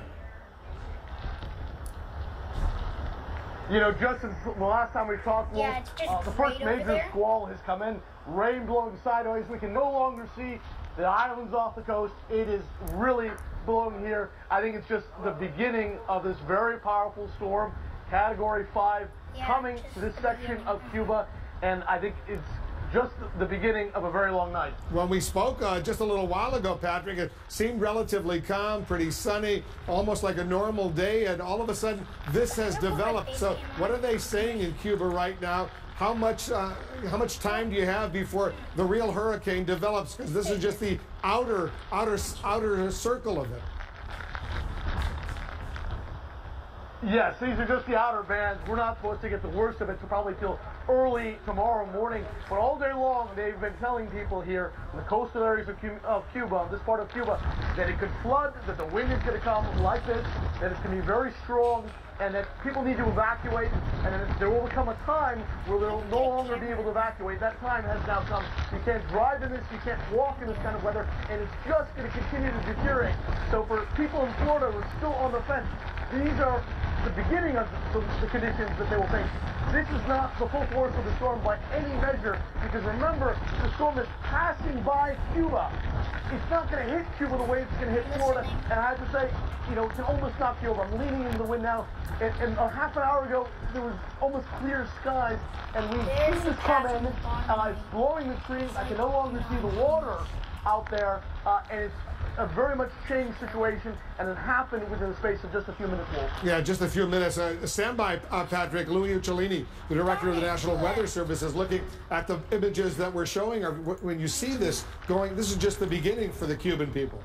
That's correct. It's just the beginning, and they're on the south side of the storm. So it'll be the north side of the storm, and then the east side of the storm as it makes the turn. That's actually going to be the worst part of the storm. So they're being brushed by the storm, and they're on the south side, not the worst part, and you see what's happening already. Patrick, very quickly, there are millions of people over there potentially in harm's way in Cuba. Are they prepared for this? Have they evacuated? Are they in shelters? So the Cuban government says that hundreds of thousands of people across this very long line have already evacuated. Tens of thousands of tourists were taken off the islands behind me, from the hotels there, the beaches, and taken to other parts of the island or to airports where they could fly home early to cut their vacations short. Other Cubans have gone to stay with relatives, have actually gone up into caves in the mountains. So everybody who is going to evacuate probably at this point has done so. Other people here in this town where I am have said that they are going to ride it out, that they've moved their furniture up to high levels. They know there will be heavy flooding here, and this is a dangerous storm. But for many people, they just want to be in their homes to try to protect their belongings. Of course, this is a very poor country, so when a storm comes to Cuba, like the way the storm is coming, it can have a devastating impact, Wolf. Do we know, Patrick, and I'm not going to bother you too much longer because I know the situation is getting awful over there, what the condition is at the U.S. Naval Base at Guantanamo Bay, Gitmo? The U.S. has a significant number of troops there and clearly some prisoners as well. I'm back. Absolutely, and they were hunkering down this morning because they are a little bit further to the south.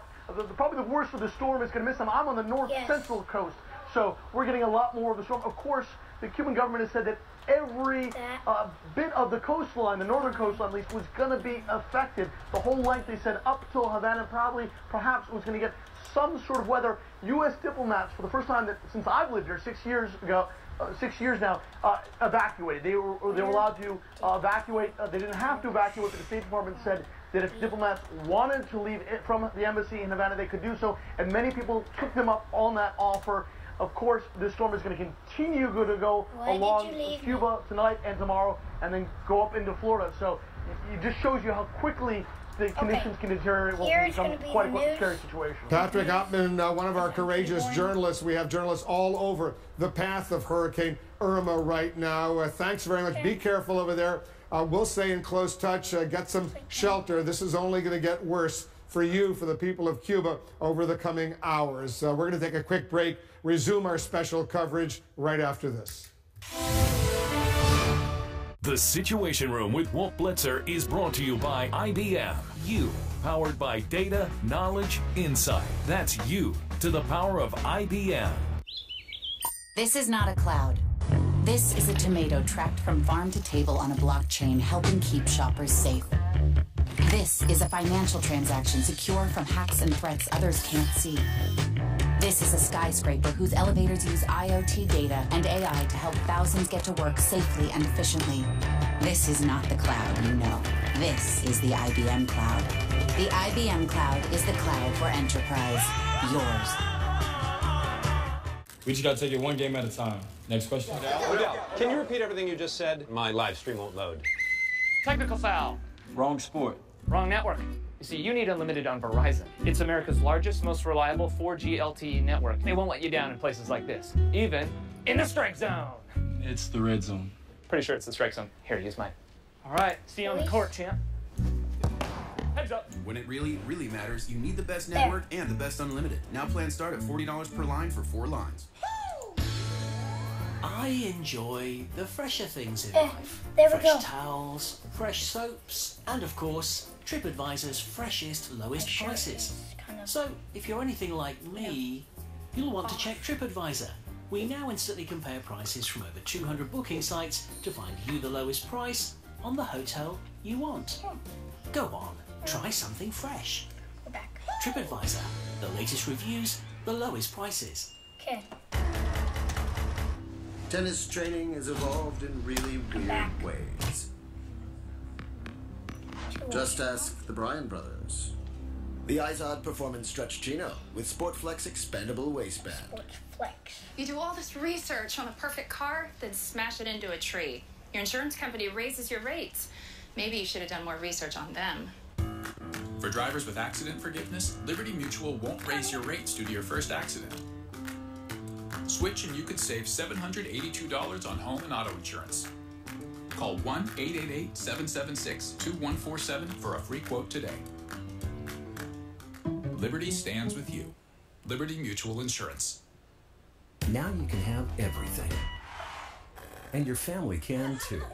One of America's safest crossovers, well equipped for under $24,000.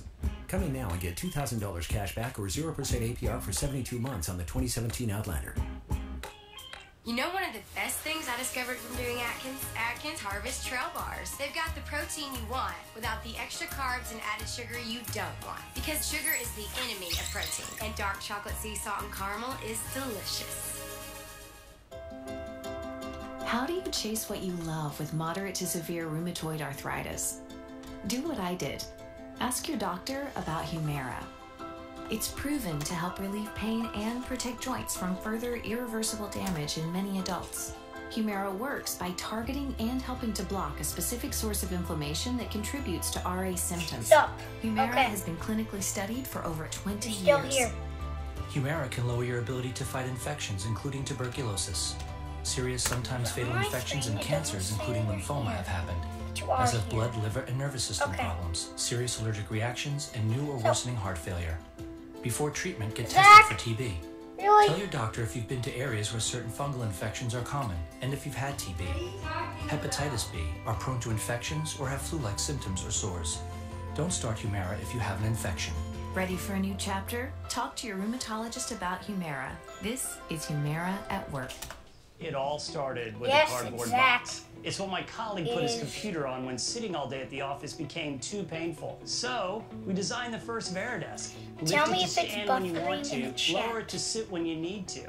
I have more energy and I get more done. Our boss got the company to buy them for us, and I love it. If you sit every day for work, the Veridesk is a must. It's sturdy and comes fully assembled. And if you don't love it within 30 days, we'll pick it up. Go to Veridesk.com to order yours. Closed captioning brought to you by Zysol. For continuous 24-hour allergy relief, take new Zysol. Allergy sufferers, if you have symptoms like these, try new Zysol for relief that's as effective at hour 24 as at hour 1. So be wise all, take new Zysol. This was the scene only moments ago in Cuba. Watch this. Oh my God, that's hilarious. Been reporting in sunshine till a little while ago, then all of a sudden he was caught in the wind and rain. This shows you how quickly the bands of rain and wind can hit. Now he's safe, he's undercover, but there he is. You saw what was going on. We're going to check back with Patrick. I don't know what's going on. Forecast that's just been released. Oh my God. Extending the hurricane warnings and watches north on both Florida coasts. The storm now is expected to be a Category 5 when it first makes landfall over the Florida Keys. Let's go back to Florida right now. The mayor of Fort Lauderdale, Jack Seiler, is joining us right now. Mayor, thank you so much for joining us. You look at that, all of a sudden, what happened to Patrick Oppman. If there are folks in Fort Lauderdale, your beautiful city, who are thinking about riding it out, maybe they see pictures like that. And that's only the beginning of what we can anticipate. This hurricane is only beginning over there. The outer bands, maybe they'll get some second thoughts. He's back. Too late to leave. What do you think? No, you're 100% right, Wolf. You know, between the visual of this storm, with the immensity of it, the intensity of it, and then to see it just firsthand like that, right on the screen, this storm looks just outrageously huge from space. It looks huge from the ground, and then to see what it just did to your correspondent, it's scary. And we've been warning our neighbors, we've been warning our visitors. And we have made sure that we have been ready and prepared for this storm for several days. And CNN's put a spotlight on it and has made it known to everybody that this storm is coming. When is the last chance, Mayor, for the folks in Fort Lauderdale, and a lot of our viewers have been there right along the Atlantic, when's the last chance to get out? Well, okay, maybe I should turn up the sound a little bit so you can hear. Safer space tonight. And so we've got police officers out on the causeway bridges. I was out on the beach earlier today. I was just out on the beach about an hour ago. And we're trying to tell people that unless you're there for a specific reason, this is an evacuation zone. You know Fort Lauderdale. It is a barrier on the east side that is all subject to flooding. And then as you move with about 200 miles of navigable waterway, we have low-lying areas. We're good. So in essence, we're telling people if you are in a back to low-lying area, if you're in a flood zone, if you're on that barrier island, please move to higher, drier ground and get yourself situated tonight in a safe space. Go with friends, go with family, but please get off that barrier island. Yeah, Don't you're savage, Sharpie. Daddy, What if some of these folks, older people, for example, can't get out of harm's way right now? What are you and other authorities? The hurricane warning, Sarasota's just on the edge. At this last minute to save these people. So that is not good. Well, we have been communicating for days. I mean, as you know with this storm, we have watched this storm move across the Atlantic. We have watched it go from island to island, and every time it hits this warm water, it gets bigger. Sub to me. So I'm we awesome. have had a massive campaign going, commensurate with this storm, just a massive campaign to educate and inform our neighbors. We've had very good success, and I think they understand that, look, this is not one you want to ride out in your condominium on Fort Lauderdale Beach. This is one that you want to get out. The biggest misconception I've been hearing is, well, I'm on the third floor. Just type emojis, everyone. Everyone just type emojis. To them, you might be above that surge, you know, that water surge line, but guess what? Your line is not. This one's going to be good. All your infrastructure is not. And when all that gets wet, or when all of that gets underwater, you may be stranded. Now you become your own first responder, because our first responders can't get to you. Our first responders can't access the elevator to get up to Are you. you good? And so we've made it very clear to people that, hey, doesn't matter if you're on the 4th floor or the 20th floor. If you're on the barrier island, if you're in a low-lying area, just please move to higher, drier ground. I spoke earlier with the mayor of Miami Beach, Philip Levine, who said all the hotels, all the retail, all the restaurants, everything is shut down. It's like a ghost town over there. Is it the same along the Atlantic coast, the area? This is what the hurricane is looking. The majority of it Look is. right now. That have always stayed open. The devil. Stayed open until the last minute. They'll be closed. I actually talked to one of the bar owners. 1.5 messages. They're closing. Everyone sub. As of tomorrow, when all the effects start to come on shore, and we start to see the bands and the wind, and as I've said from day one, the storm surge is my biggest concern. But when we start to see those issues tomorrow, we'll have a curfew in place, and we'll be very strict in terms of enforcement. We do not want people coming onto the causeway or crossing the causeway coming onto the barrier island. And then more importantly, after the storm, we don't want to see looting. We don't want to see people taking advantage of those that have been disadvantaged by the storm.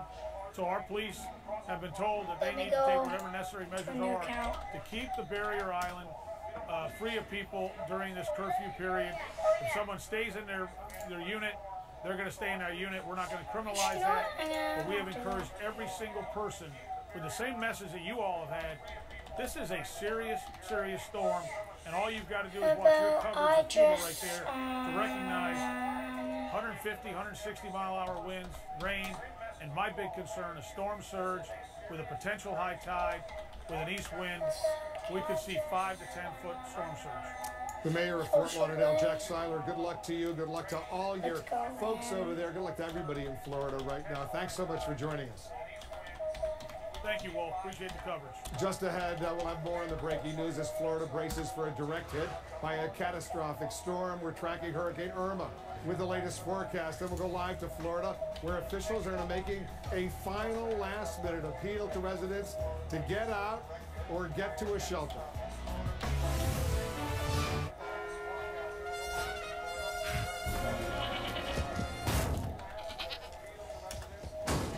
Billy Goat Ruffians.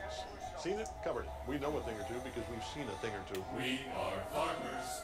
Oh, it's going to be hard. So, tell us your big idea for getting the whole country booking on choicehotels.com. 4 words. Bada book, bada boom.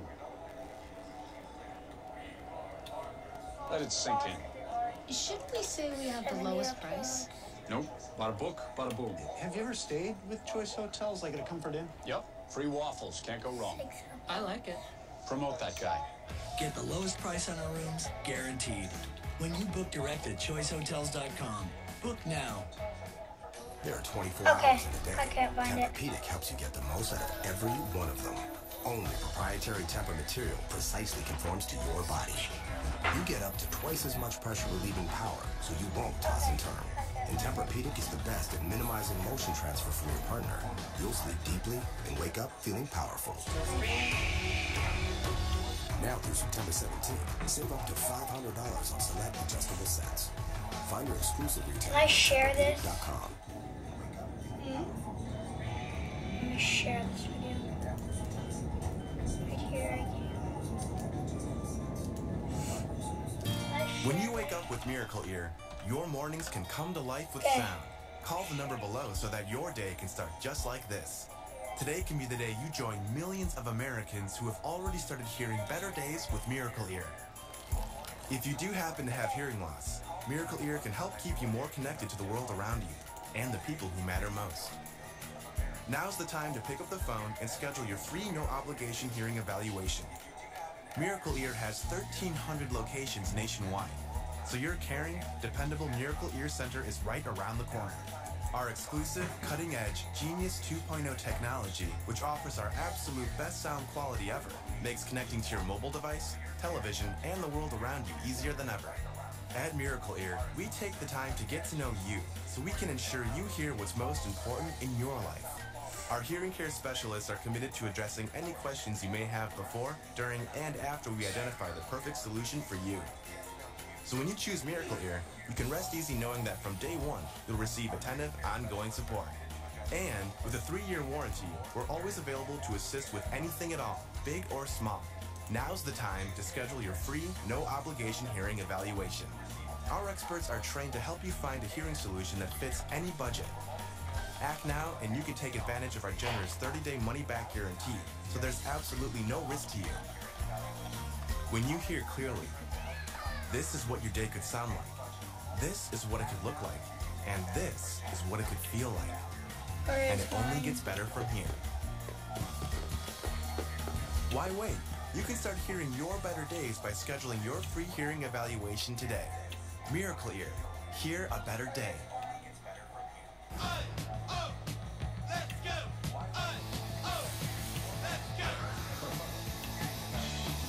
Looking good.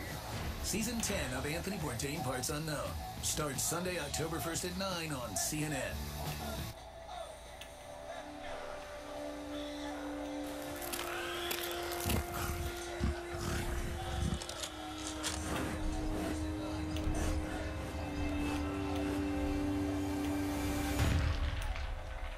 Right now, wild tigers face an urgent crisis. Black market demand for tiger skin and bone has surged, triggering a spike in tiger poaching.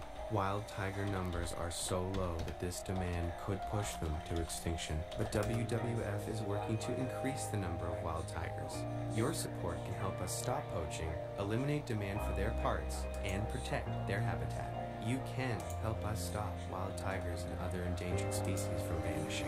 Call or visit WWFnow.org to symbolically adopt a tiger for just $8 a month and receive this free adoption kit as a thank you.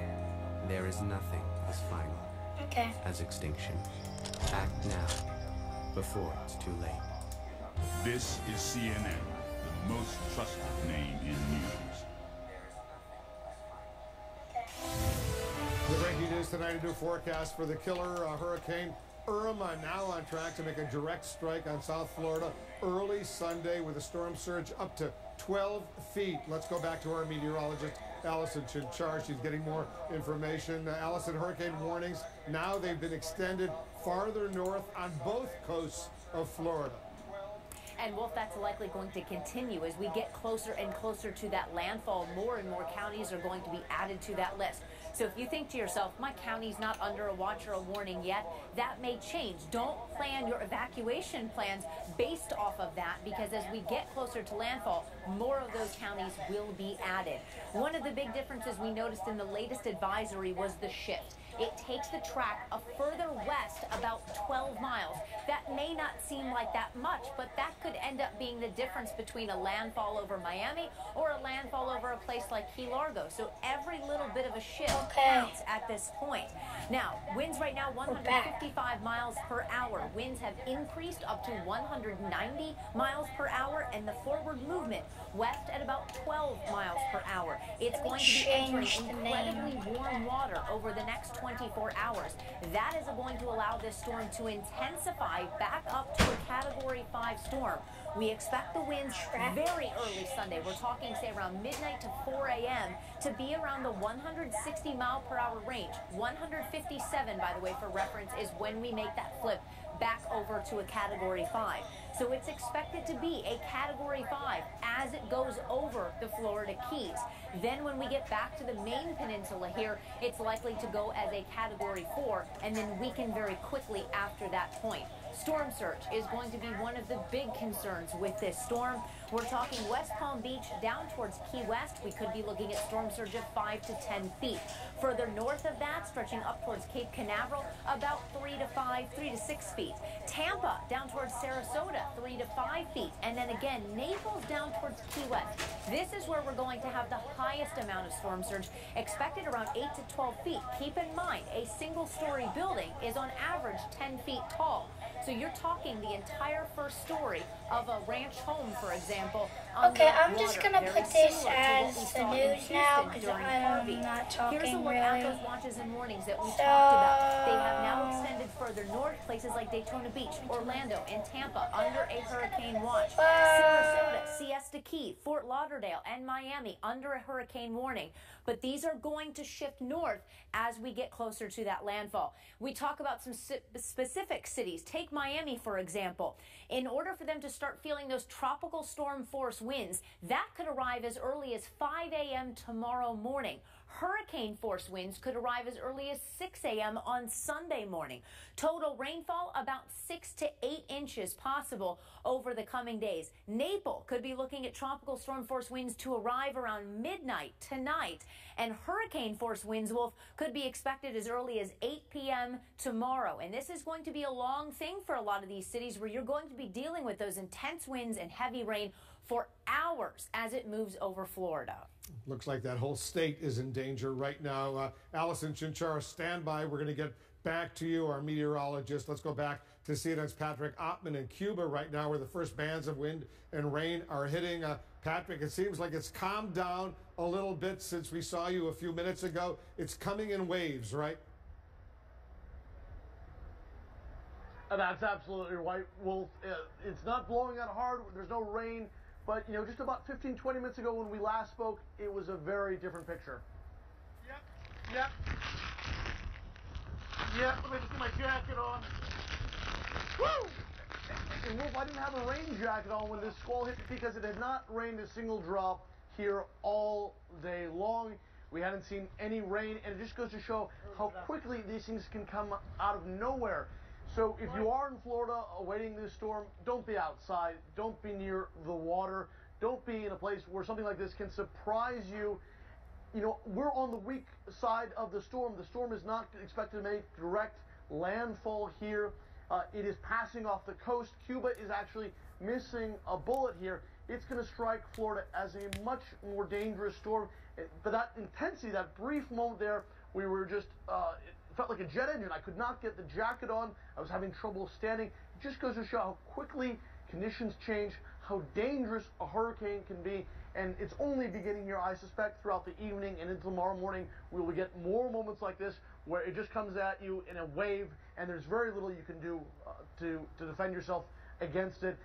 The power of Mother Nature is really an incredible but also very scary thing. It certainly is. All right, Patrick, be careful over there. Good luck to you. Good luck to all the folks in Cuba. Louis Uccellini, the director of the National Weather Service, is with us. Explain what we just saw in Cuba, because this hurricane is moving north of Cuba, but the Outer Banks are beginning slowly but surely to have an impact. Yes, so it's as the storm moves to the west and it's rotating counterclockwise, these bands spin off, and what looked like happened to your correspondent was he got hit by one of those bands, and they do come on real fast, and very powerful winds and very heavy rainfall associated with them. And that's only a tiny fraction of what we can anticipate in Florida. Right. Well, Florida will be on the what we call the wrong side of the storm, on the north and east side. So as it comes in, they will actually have the movement of the storm plus the rotation contributing to the winds to be in the stronger winds and the strong storm surge as well.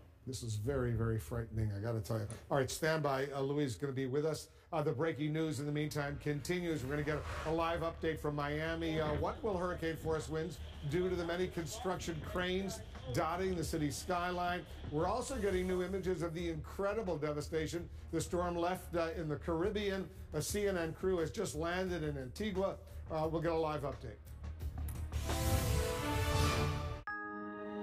Prudential asked these couples, how much money do you think you'll need in retirement? I have no idea. More than I want to think about. Choose wisely, everyone. No cheating, no cheating. Then we found out how many years that money would last them.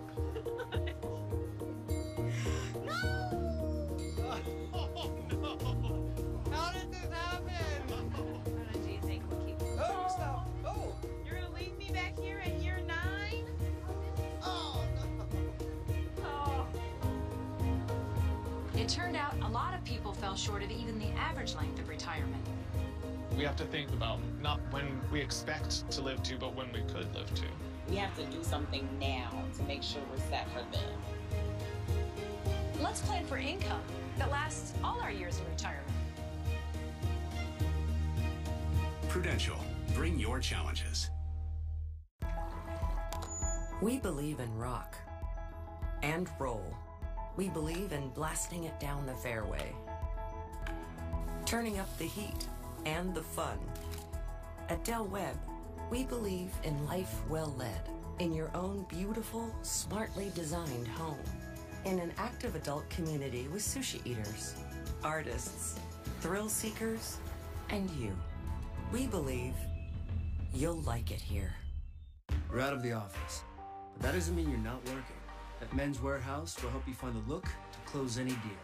Now it's buy one, get one free on select items, plus take an additional 40% off clearance. Your clients are gonna like the way you look. What does FanDuel do to your football season? Same thing cheese, guac, beans, salsa, and beef do to chips. Makes it better. Contests start from $1. You can play against your friends or even compete for a share of $1 million. Play to win tickets to games and incredible fan experiences. FanDuel. It's the fully loaded nachos your daily fantasy football game's been waiting for. Try FanDuel today for free. No deposit required. Use promo code BREAKOUT for a free shot at $10,000 in cash prizes. If you have Medicare Parts A and B and want more coverage, guess what? You could apply for a Medicare supplement insurance plan whenever you want. No enrollment window, no waiting to apply. That means now may be a great time to shop for an AARP Medicare supplement insurance plan, insured by United Healthcare Insurance Company. Medicare doesn't cover everything, and like all standardized Medicare supplement insurance plans, these help cover some of what Medicare doesn't pay. So don't wait. Call now to request your free decision guide. It could help you find the AARP Medicare supplement plan that works for you. These types of plans have no networks, so you get to choose any doctor who accepts Medicare patients.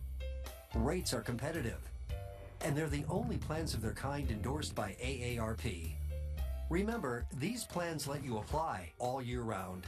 So call today, because now's the perfect time to learn more. Go long. This is a quest to explore the wonders of our world. Never seen anything like this before. Go there before it's gone. The Wonderlist with Bill Weir returns Saturday, October 7th at 9 on CNN. The local wine shop, a place where people go to get confused, frustrated, and end up picking pretty labels instead of great wine. Well, now there's a better way. At tastingroom.com, America's #1 personalized wine club. Every bottle is selected based on your personal wine profile, and fewer than 1 in 50 wines makes it through our rigorous selection process. We're so sure that you'll love our wines that every bottle is backed by our total satisfaction guarantee. The Huffington Post calls Tasting Room the first wine club to get it right. Get amazing wines at incredible prices, selected just for you, delivered right to you. Go to tastingroom.com and receive your exclusive tasting kit of world-class wines. Once you get your kit, taste, rate, and build your personal profile one sip at a time. It's a no-brainer. Great wine without the guesswork, backed by our total satisfaction guarantee.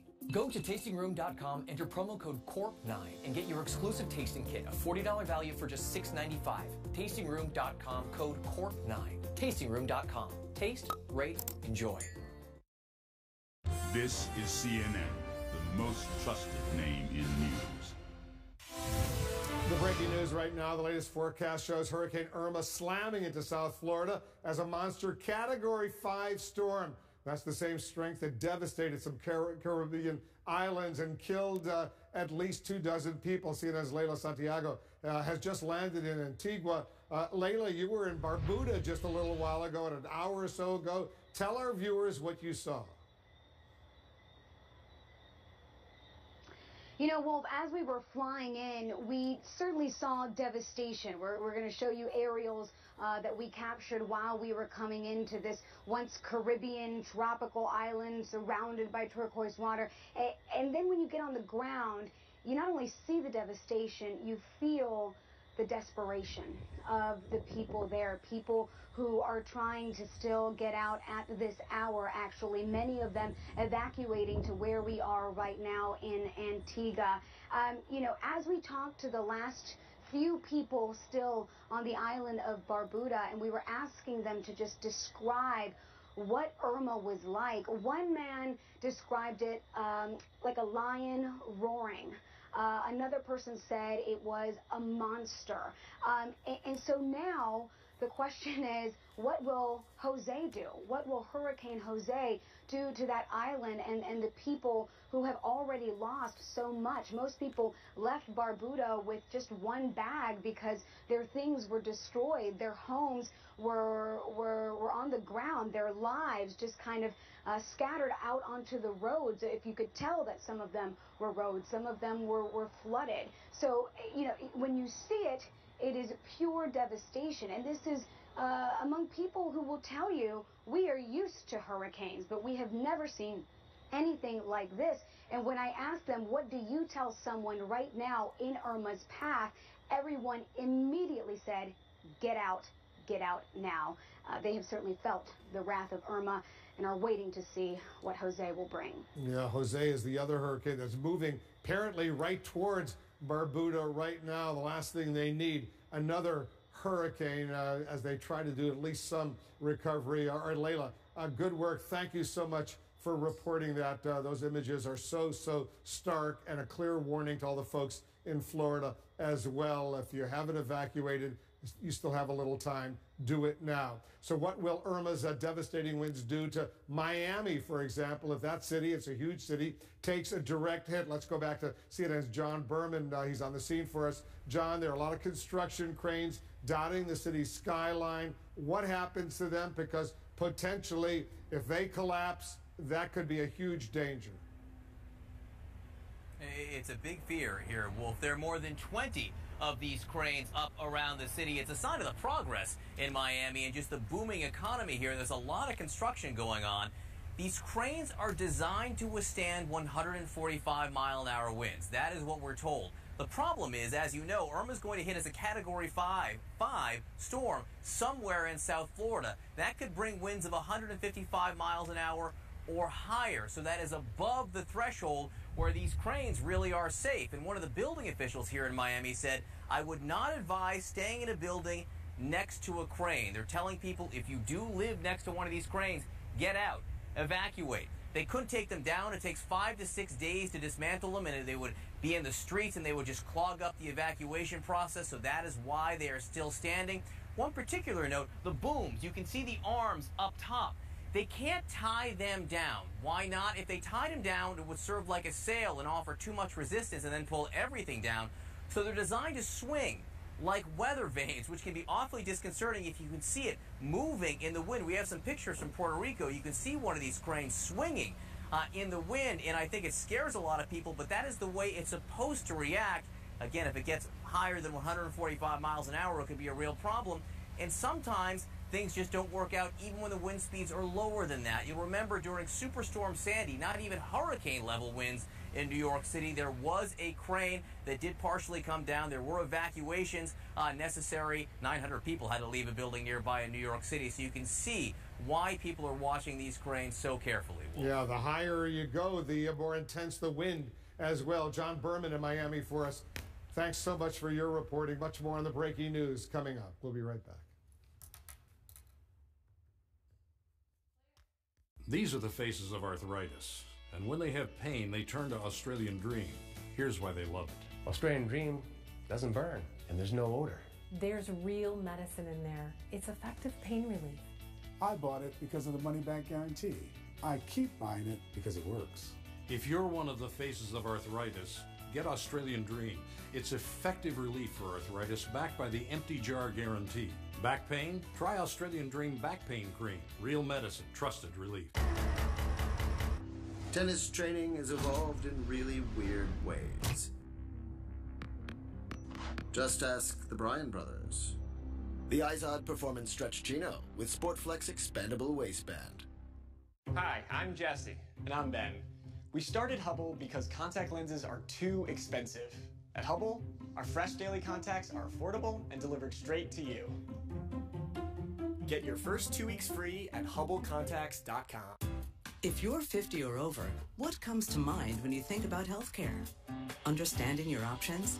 Or if you're getting the care you need? At AARPadvantages.com, you can find helpful information about healthcare options, leaving you more time to think about more important things, like not having to think about healthcare at all.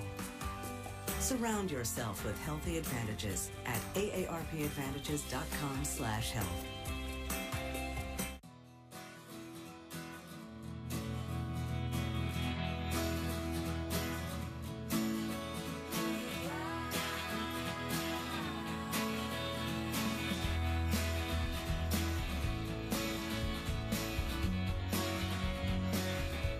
Whatever it is that makes your business great, promote it with Vistaprint. Choose from banners, postcards, or business cards, each starting at less than $10 when you enter TV10 at Vistaprint.com.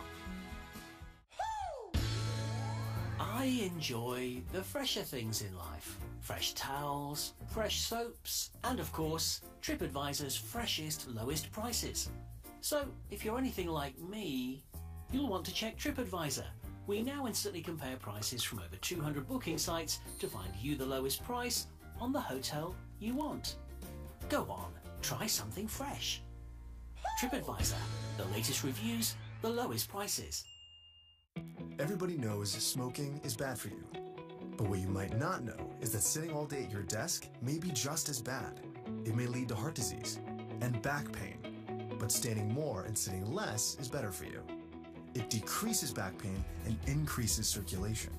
That's why there's Veridesk, the sit-stand solution that helps people feel better and get more done. It's crafted to last a lifetime and comes fully assembled, ready to work. Get yours at Veridesk.com. OfferUp is a new free app that shows you what people are selling nearby. It's kind of like a game. Every day there are new surprises. Come on, flat screen TV. Oh, come on, dining room table. Come on, sofa. Yeah. OfferUp is free to use. Find anything you want nearby.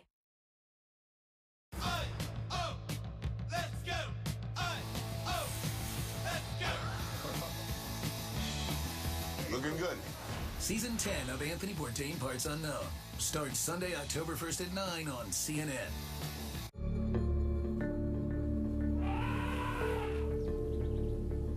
Elephants. We feel a deep connection with these sensitive giants of the wild. Yet there is something you should know. As many as 30,000 elephants are killed each year by vicious criminals as demand for needless ivory trinkets explodes. But with your help, we can make a change.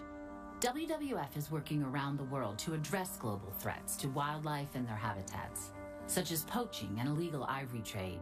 We need your support now more than ever. For just $8 a month, you can symbolically adopt an elephant and help save them and other endangered species and their habitats. To adopt now, call us or visit mywwf.org and receive a free adoption kit as our way of saying thank you. Elephant lives are at stake. Please help save them now. I'm telling you, if he looks over here, he's going to see someone sitting here. He's coming right over here. Breaking news, the latest forecast shows Hurricane Irma slamming into South Florida as a Category 5 storm. Let's bring back the National Weather Service Director, Louis Uccellini. Louis, you got to give us some perspective on this. Folks are watching right now, and this is a historic moment. You know, we've been here comparing this storm to Andrew. Andrew was 25 years ago. It was a smaller storm than we have here in terms of the size. We have a new generation of Floridians that haven't experienced anything like this. For those people in South Florida, they get hit with this storm. It's a powerful, dangerous, catastrophic storm. This will be their big one. I want to show our viewers once again some of that drone video over Barbuda, which basically that whole island was destroyed. Look at these pictures. Is this what the people of parts of Florida should anticipate in the coming days? This island got hit by the eye of the storm. Maximum winds, maximum power of that hurricane. Where this eye hits, as it is approaching southern Florida, and it does have the potential to re-intensify, you will see winds that can do this kind of damage to buildings that aren't, that might not be as structurally sound as other buildings. So what we're seeing here is the capacity of this storm to do this kind of damage. So people should take heed of the local officials and follow their instructions. So the eye, the most dangerous part, where do you anticipate it will hit? Right now we're predicting this eye to make landfall in the northern Keys at 160 miles an hour. And when that happens, that part of Florida and points north as this storm moves northward will create a destructive path. We've got strong winds, we've got potential tornadoes, we've got very heavy rains, and we've got the storm surge right along the coast. You got all of these catastrophic effects that will be maximized at landfall as it hits southern Florida. You with the National Weather Service, you're working together with other federal, state, and local authorities right now. Yes, and you're seeing the results of this consistency and message from all of these emergency managers working together. You're seeing the high technology that's come in from the NOAA satellite services. We've got people flying planes into the hurricane tonight, and we've got people standing by to check the ports in the ocean service. This has been a team effort, and I'm really proud of it, and I'm really proud of the National Weather Service. And we're grateful to all of you and the entire team. Louis, thank you very much. That's it for me. Thanks very much for watching. CNN's special breaking news coverage of Hurricane Irma continues right now with Aaron Burnett out front.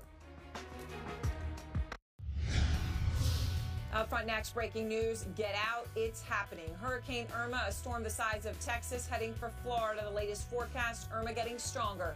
It will be a Category 5 as it crosses the Florida Keys. Let's go out front.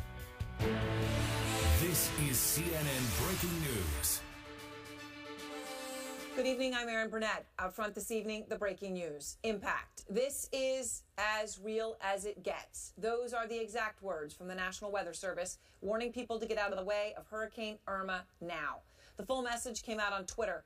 I read it in full. This is as real as it gets. Nowhere in the Florida Keys will be safe. You still have time to evacuate. The dire warning coming as Irma is projected to be a Category 5 storm with sustained winds of 160 miles an hour as it crosses the Florida Keys this weekend. The video that you see right now is a new video that we just got in a moment ago here out front. This is the destruction of the Caribbean island of Barbuda, the first images and one of the hardest hit areas so far by the storm. Just to give everyone in the path a sense of what could happen, why it is so crucial to evacuate. The storm is deadly. It is record-breaking, and it's about to get even stronger before it hits the United States.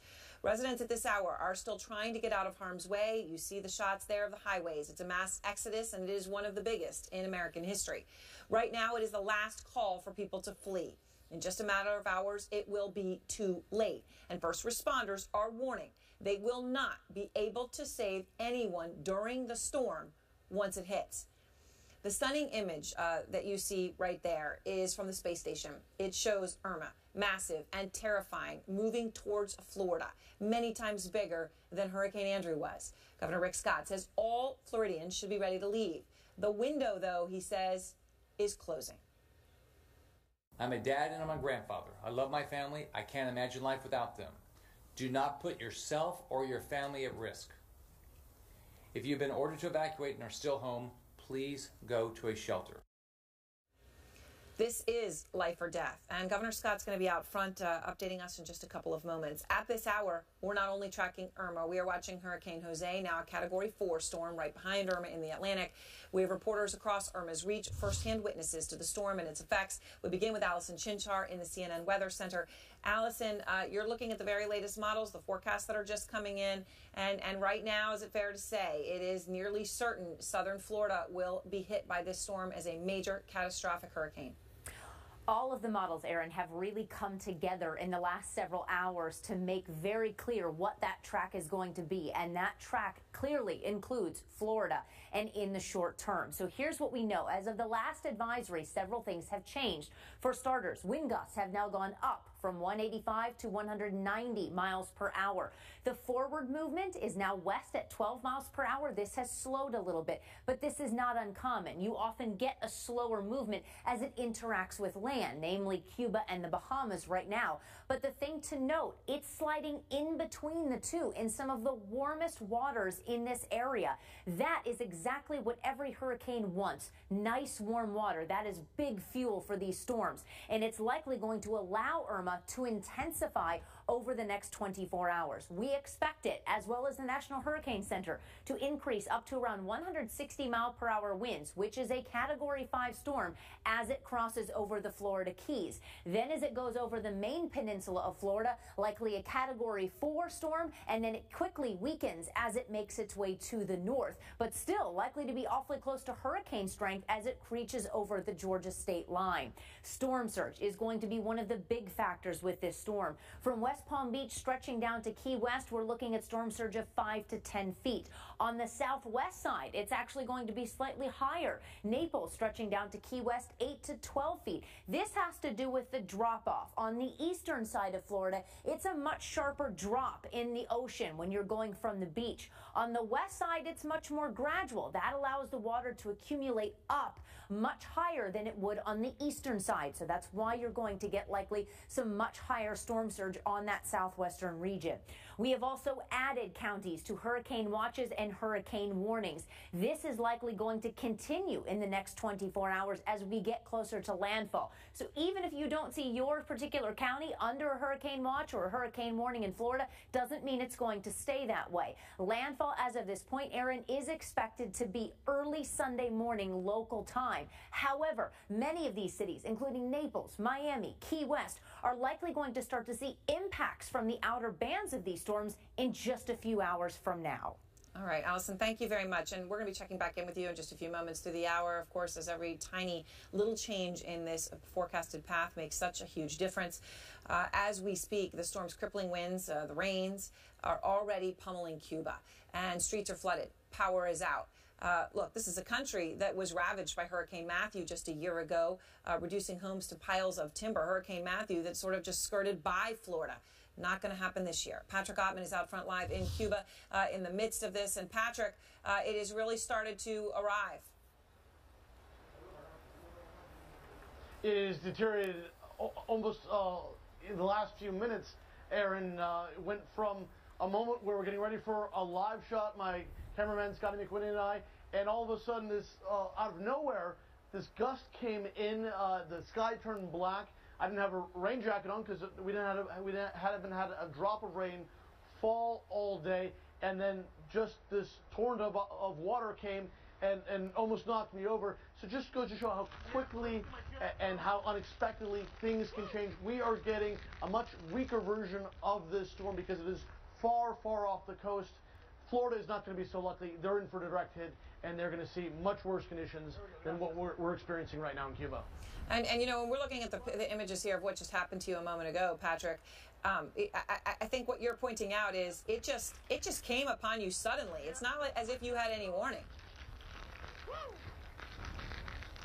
Absolutely. All day long, you know, we saw the weather change, but it just happened so quickly and so violently.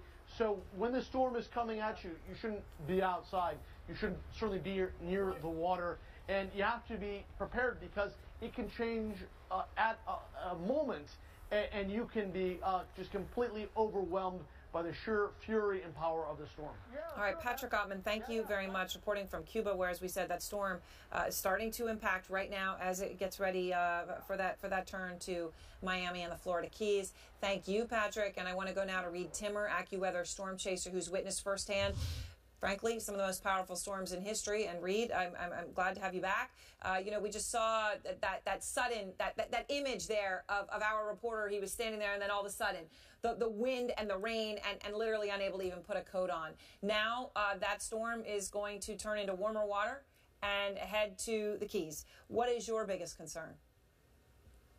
Yeah, this is an absolute worst-case scenario for the Florida Keys. This westward shift since yesterday is just disastrous for South Florida. That center will likely cross right over the central part of the Keys, maybe near Marathon is where that forecast track is right now. That would put all of the upper Keys in that most dangerous part of the storm, which is the right side of the hurricane, especially with a south to north moving storm. And then also Key West all the way there. There'll also be a storm surge from the other side, the Gulf of Mexico side as well. And the wind speeds will likely be gusting to 190 miles an hour, stronger than any wind speed I've ever experienced in 20 years of storm chasing. I mean, it's incredible. And when you think about Miami and all the construction cranes, they're built to withstand winds of 145. You're talking about gusts of 190. If that were to happen in Miami, I think people can imagine the horrific destruction that we could see. You have been inside major hurricanes, the biggest and the strongest that have ever happened in history here in the Atlantic. Katrina, Rita, Harvey. You've been in eye walls with 140-mile-an-hour winds. Why is Irma different, do you think, Reed?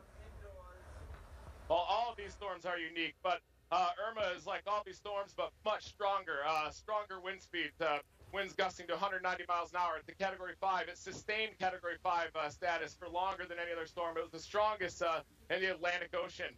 And it still could intensify. It's still going to be moving over very warm waters. And also it's immense size. It's a lot larger, too, than a Hurricane Andrew, for example. So those impacts will stretch out further from the center. It's undergoing an eye wall replacement cycle right now, so it will likely have a larger eye when it comes impacting the Keys, which will also spread out the wind field and potentially the storm surge impacts as well. And it's a unique track as well for southwest Florida. This is an area that's especially prone to devastating storm surges near Naples, Fort Myers area. It's going to be this is the absolute worst case scenario for South Florida. Reed, you're right now, of course, in Key Largo, and I know you've seen the National Weather Service warning. This is as real as it gets. Nowhere in the Florida Keys will be safe. You still have time to evacuate. Obviously, you're a professional. This is what you do, but I know you have an exit plan. What is it? Yeah, you always have to have an exit strategy when you're out here chasing these storms. You're constantly evaluating all scenarios as the forecast models change. I've got this instrument probe here that measures wind speed and the pressure fall, but it's unmanned. So we can deploy this on top of a bridge, fasten it down, and it will record the data without us having to be there. So if this thing does get way too strong, we could still leave tomorrow morning. It's very important for everybody, to heed those evacuation warnings because this storm is absolutely deadly. And the National Weather Service saying that nowhere in the Florida Keys are safe is absolutely true. All right, Reed, thank you very much. We wish you luck, and of course, I know you've got a plan and that it works and you are safe. Thank you. I want to go straight now to the mayor of Miami-Dade, Florida, Carlos Jimenez, who joins me now on the phone. And Mayor, look, that everyone, we're just here. This is going to be record-breaking. Nowhere is safe, but there is still time to evacuate. Are people right now heeding that? Are enough people getting out?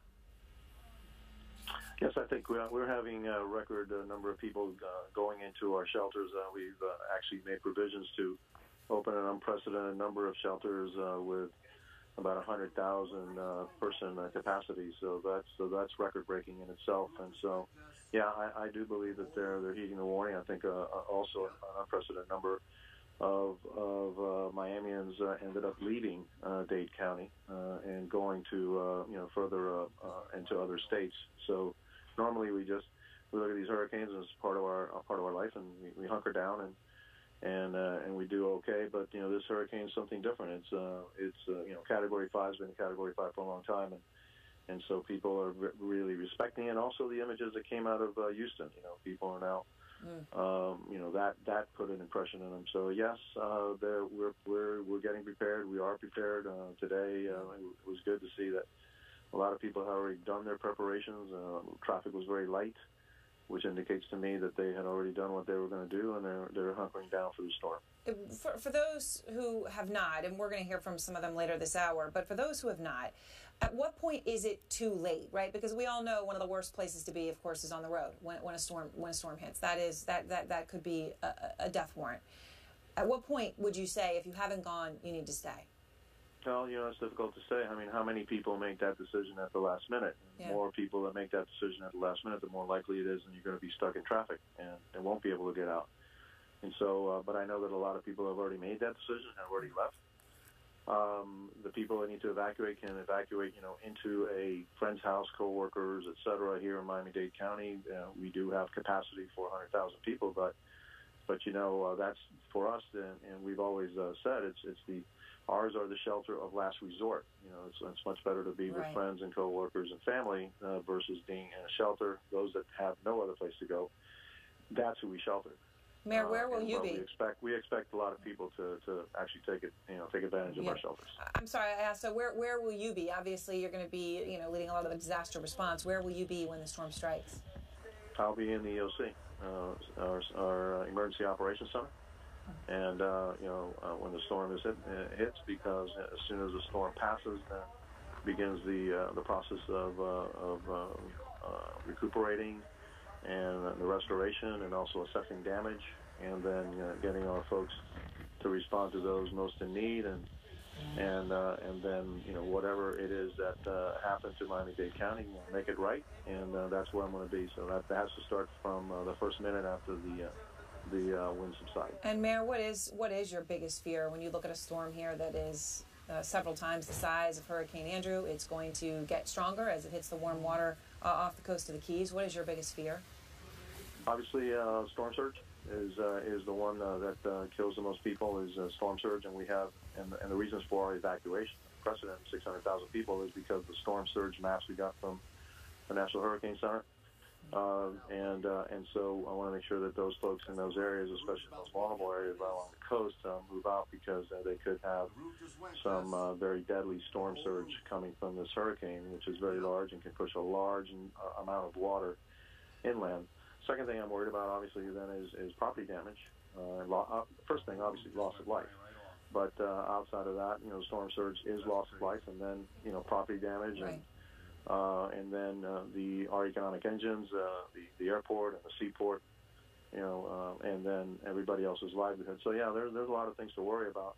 I was a fire chief of the city of Miami 25 years ago when Hurricane Andrew hit, and that left a lasting impression on me. This one, I hope that somehow it turns off and goes back in the Atlantic and leaves us alone. But it doesn't appear that's going to happen. But we're prepared for the worst, and we're going to pray for the best. Of course, everyone's hoping that all the modeling can say all at once. They can all converge on a horrific path, but that maybe it could be wrong. Thank you so much, Mayor Jimenez. I appreciate your time tonight. And next, escaping the storm. We're getting here in the last hours for people to head inland or to points north. Some, though, are refusing to leave despite the dire warnings. Why? Why are they staying put? Plus,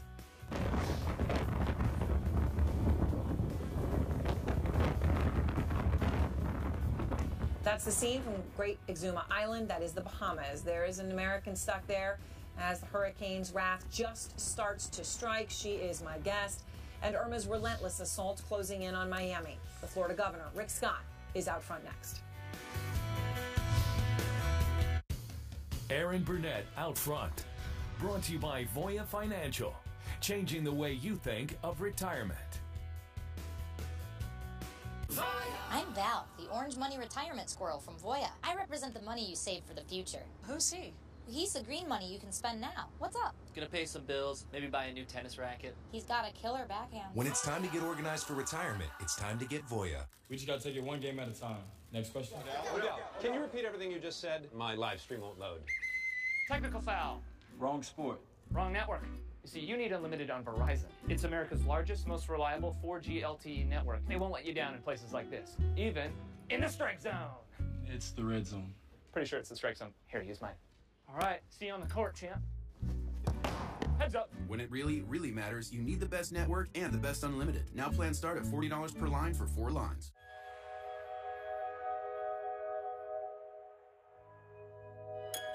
With 33 individual vertebrae and 640 muscles in the human body, no two of us are alike. Life made more effortless through adaptability. The perfect position seat in the Lincoln Continental.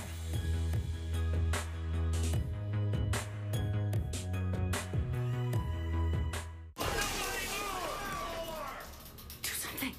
Oh, I'm not a security guard. I'm a security monitor. Why monitor a problem if you don't fix it? LifeLock does more than free credit monitoring to help protect your identity. Join starting at $9.99 a month. Go to LifeLock.com. Oscar Mayer Deli Fresh Ham has no added nitrates, or artificial preservatives. Now it's good for us all. Like those who like sweet, those who prefer heat, and those who just love meat.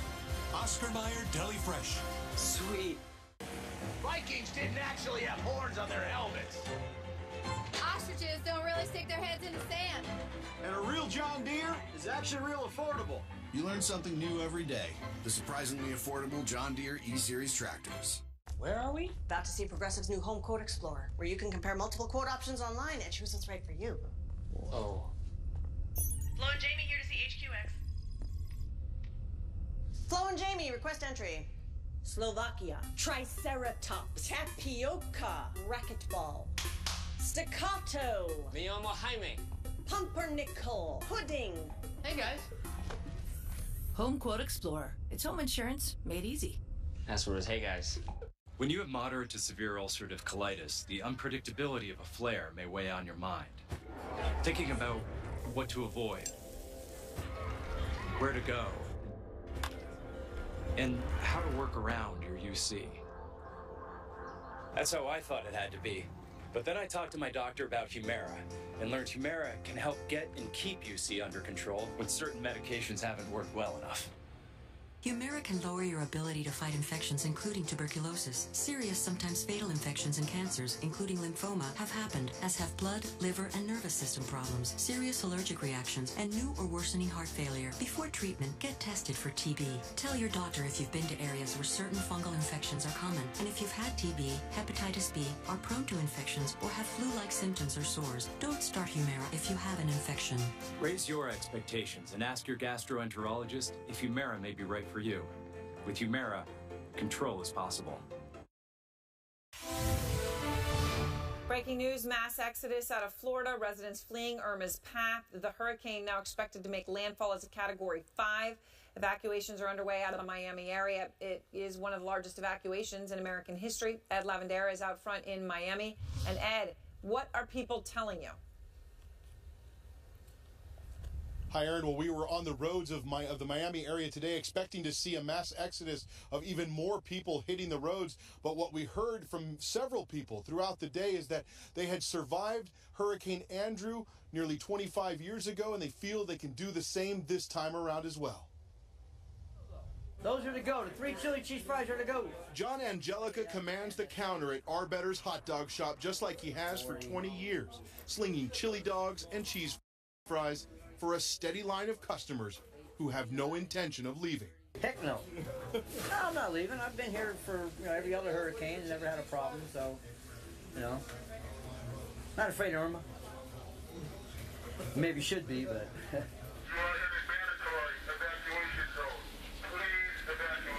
The calls to evacuate have been blasted across South Florida. As the final hours tick down, state officials continue urging residents to move.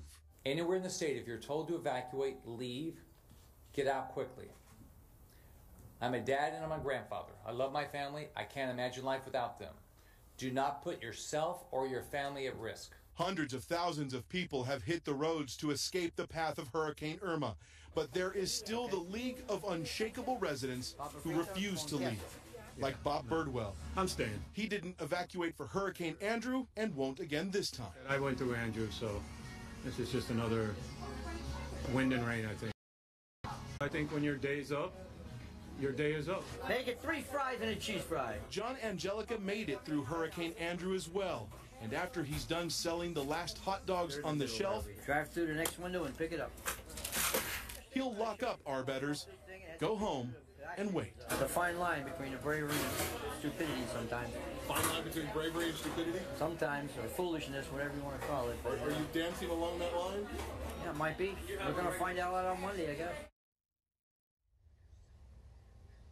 And Aaron, the other thing we heard a lot from people as well today is that they have been seeing those images of the traffic congestion, the stories of gas stations running out of gas, and that was another reason they felt very nervous making their way north, essentially following the same path that this hurricane would be taking, and then finding themselves stranded on the Florida peninsula, making matters worse for them. So that's where we are here tonight, hours away from the landfall of this hurricane. Aaron? All right, just hours away, and of course the window closing for anyone who changes their mind. Ed, thank you very much. I want to go straight to the governor of Florida, Rick Scott, who joins me on the phone. Governor, I don't know how much of that you heard, but some of these folks saying, look, I survived Andrew. I'll do the same this time. I'm not afraid of Irma. And then one man saying, when your day is up, your day is up. What do you say to these people who are saying they're not going to heed the evacuation warnings? Well, I think, they all have a family, and their family loves them. I want every family to survive this. Here's the difference. This is much bigger. This is engulf almost our entire state. It's going to be coast to coast, much bigger than Andrew was. It's got 150-plus mile winds, could be more. Here's the big difference, the storm surge. We can see 9 feet of storm surge. When this comes in, it comes in fast and engulfs your entire house, and then it goes out. It's very difficult to survive that. And so I'm going to do everything I can to get everybody that's in an evacuation zone to evacuate. Now, you don't have to all go north. We have shelters in every county other than the county the Keys are in, Monroe County. We have shelters that you can go to. We're opening up more shelters. As we see this storm change, as it moves to the west, we're opening up more shelters. So everybody can shelter in their county except for Monroe County, and there you can shelter in Miami-Dade. We have a shelter dedicated to the Keys. So I care about everybody's life. And that's my job, is to worry about everybody's life. I'm going to not spare any expense to save a life, but in the end, you know, when this hits, we can't save you. I mean, that's why, like in the southern part of the state now, we're telling people, if you're not on the road by midnight, don't get on the road.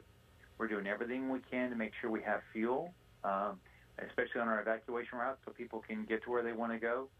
But it's getting later and later and later. This storm is coming. It's going to hit our state. And so I'm asking people to evacuate and worry about their entire family, and take care of their neighbors. If you see a neighbor that might need help, ask them, you know, go see and help them.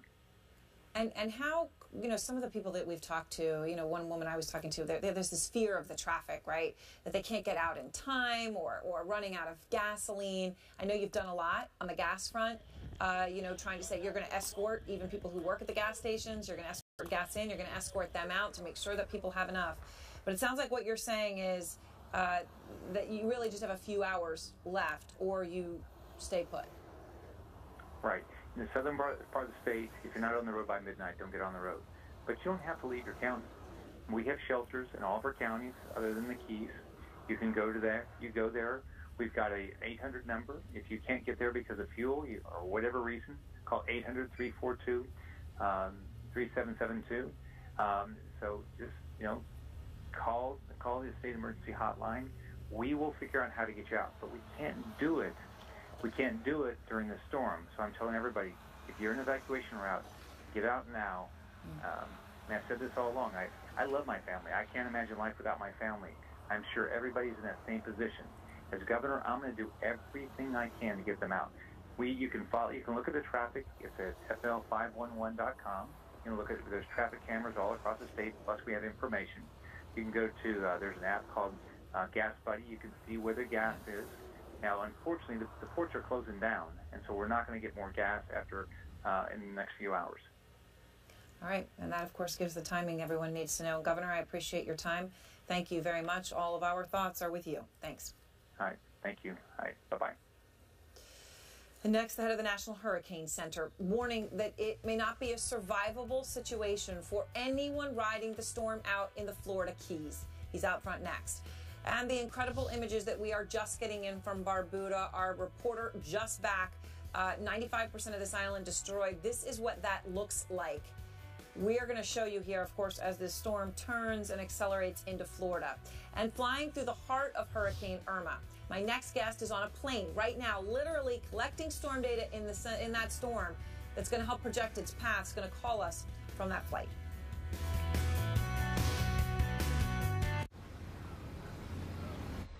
I've been trying to prepare for this day. I'm still not ready. The reason I'm telling you this is that there will be moments in your life that you'll never be ready for. Your little girl getting married being one of them.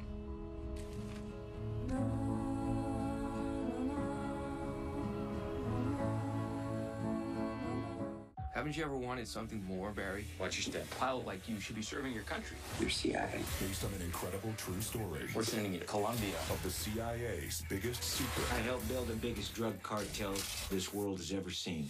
Tom Cruise. Oh, this is legal? If you're doing it for the good guys. No mas. No mas. We recognize the dangers involved here. No, you don't. Shoot the gringos! American made. Rated R. This is not a cloud. This is a car protected from storms by an insurance company that knows the weather down to the square block.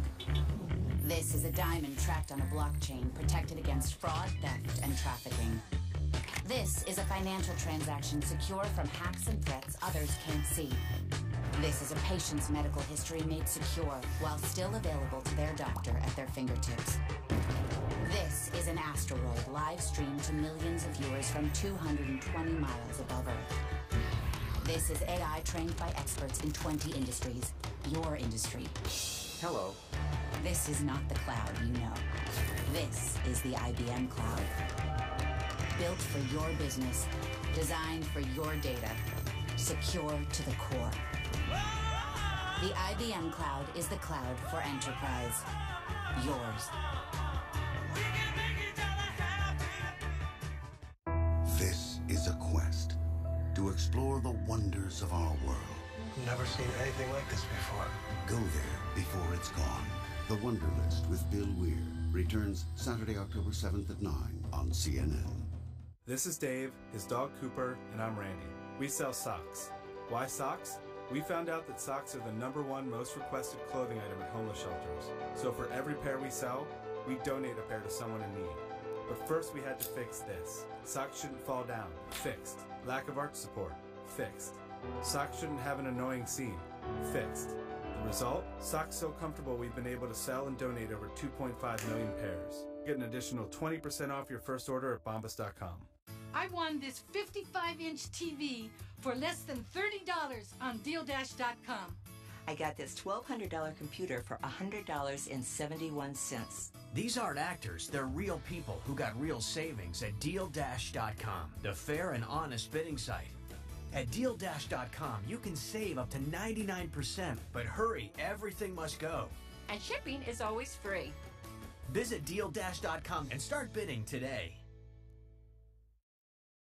This is CNN, the most trusted name in news. Breaking news, an alarming new projection as we're tracking Hurricane Irma's deadly march towards Florida.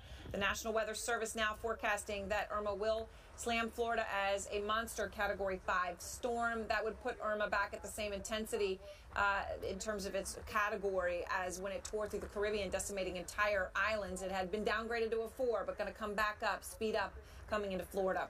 Tonight, exclusive new pictures just into CNN of the destruction this storm is wreaking. Our Leila Santiago is out front live in Antigua, which is an island in the Caribbean that has been flattened by this hurricane. Leila, you know, we heard the governor there say 95% of the island was gone. You actually were able to get in there after the storm. You went up, you flew over it, you saw the destruction. What does that look like? You know, when you get the aerial perspective, Aaron, you're flying in, and as soon as you see just the edge of the land, you see devastation immediately. Trees wrapped in aluminum roofs, homes, just rubble. But I suppose what struck me the most is when you get on the ground and you talk to the people, you feel the desperation. I mean, people who are used to storms like this, used to hurricanes, will tell you they have never seen or felt anything like this. One man describing it like a lion roaring. Another man who was evacuated shortly after he was evacuated tells me that he now is reminded that nature truly has the power here. All day long, we saw ferries going back and forth between Barbuda and where we are right now, Antigua, trying to get the last few people out of there. And these are people who understand now the wrath of the hurricane system.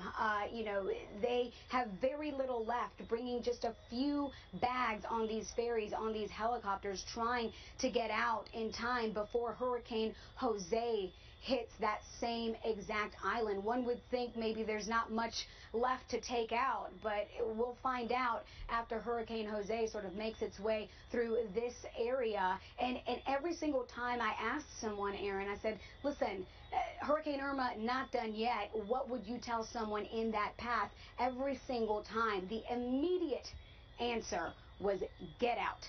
Get out quickly, because remember, this was a hurricane that claimed at least one life on Barbuda, and it was the life of an infant, Aaron. I mean, which is so tragic, Leila, but of course, in a sense, what a miracle that when you look at the destruction, this footage that you were able to get, right, that there was not more loss of life. I mean, when you are up looking, you know, on the horizon, how stunning is it to just see destruction in every direction as far as the eye can see? Well, you know, many of the Caribbean islands, when you fly over them, they're pretty mountainous. Barbuda is not like that. It tends to just naturally be flat. So to then see it become even more flat, I mean, it is surrounded by that pristine, turquoise, beautiful Caribbean water. And then you see land that typically is bright green, typically has buildings and structures that are just vibrant colors, and a culture and people who themselves are so vibrant. And then you arrive to what is desolate. I mean, we didn't see too many people around. We saw stray cats and dogs, some wild horses, I understand. So to go from the before and after, and to understand that it is not over yet, that they have something else coming that way, is amazing. And one of the interesting things, when I talk to someone here in Antigua, they say, we will support our sister nation. We are brothers and sisters, only water in between. So they at least are finding some help on this island. Aaron. All right. Thank you very much, Leila Santiago. And out front now, I want to go to Ed Rappaport, the acting director of the National Hurricane Center. Ed, you know, you see those pictures. I know they say a lot to you. You forecasted this hurricane, which had weakened a little bit after striking Barbuda to Category 4, is going to hit Florida as a Category 5, going to intensify. Why? Actually, we're forecasting it to be near the Category 4, Category 5 threshold. It may get a little stronger in the next 12 hours, but regardless, we're looking for a potentially a devastating impact on Florida, depending where the center comes ashore. And our greatest risk, the greatest concern, is for storm surge. I've got videos from some previous storms to show people what it looks like and what it can do. At this stage, we're expecting a storm surge of from 5 to 10 feet. It's the rise of the water along the southeastern coast of Florida and in the Florida Keys, and perhaps even 6 to 12 feet on the southwest coast of Florida. Here again is our storm surge warning. This is the first year the National Hurricane Center and National Weather Service has issued such a warning. The definition is life-threatening inundation within the next 36 hours, and we have particular concerns, again, along the coast and for the Florida Keys. And I know, or my understanding is that when we're talking about the Florida Keys, that you had said it is not clear that it is a survivable situation for anyone who chooses to stay in the Florida Keys. I know you don't say that lightly. Right, and the Keys have maximum elevations on the order of 5 or 10 feet, a few a little bit higher. We're talking about a 5 to 10 foot storm surge. That's the rise of the water above ground level, and on top of that, we're talking about significant waves, 15, 20 feet high above that, and those waves are going to be extremely destructive to any buildings they encounter. And at this point, anybody who is not left, I encourage to get out as soon as possible. So you're basically saying you could have 25 to 30 feet of water above the ground in the Florida Keys in some places. That's correct. If you add the waves on top, that's possible. And even without the waves, though, 5 to 10 feet will cover most of the islands there. And in terms of the actual strike itself, Ed, you know, obviously, I know a little bit shift here, a little bit shift there, could make a huge difference. It could make a massive difference, right? Right now, I know the models are all converging, right? The storm is coming straight into Florida, heading up to Miami. If there is a move 15, 20 miles to the east or west, how big of a difference will that make? It will be of extreme importance in the end. The problem is we don't know whether that will occur and which way it will occur. So everybody here has to prepare South Florida for the possibility of Category 4 conditions. If the storm shifts off a little bit one way, well, maybe we'll get Category 1 or Category 2 and feel lucky about that. But there's still the risk of Category 3 and 4 on both coasts of the southern Florida Peninsula. All right, Ed, I appreciate your time and thank you. Thank you. And next, the track of Irma as it bores in on population centers in Florida, predicted to hit as a Category 5, as you heard Ed say, right on that 4-5 line. The latest forecast from Allison is next. And very few people flying directly into a Category 5 hurricane. There's a reason for that. Some, though, need to do it. Our next guest is one of them. He's in the air right now, hunting Irma. In his first national television interview since his brain cancer diagnosis, Senator John McCain will join me live exclusively as the Arizona lawmaker returns to the Senate. Will he go head-to-head with President Trump on immigration or other issues? Sunday morning, 9 Eastern. Looking for adventure this Labor Day? Holy smokes. Oh man, that's pretty intense. Look no further than Chevrolet. This is a fast car. I feel like I left my soul back there. Wow, this has power. Head to the Chevy Labor Day sales event and ride out the summer in a new Chevrolet. Current Chevy owners can use Labor Day bonus cash to get a total value of $11,600 on this Silverado All-Star, or get 0% financing for 72 months on all Tahoe and Suburban models. Find new roads at the Chevy Labor Day sales event. Ditching the cover-up for good? That's cool. Showing off my arms? That's cool. Being comfortable without a shirt? That's cool. Getting the body you want without surgery, needles, or downtime? That's Cool Sculpting. Cool Sculpting is the only FDA-cleared, non-invasive treatment that targets and freezes away stubborn fat cells. Visit CoolSculpting.com today and register for a chance to win a free treatment. Their experience is coveted. Their leadership is instinctive. They're experts in things you haven't heard of. Researchers of technologies that one day you will. Some call them the best of the best. Some call them veterans. We call them our team.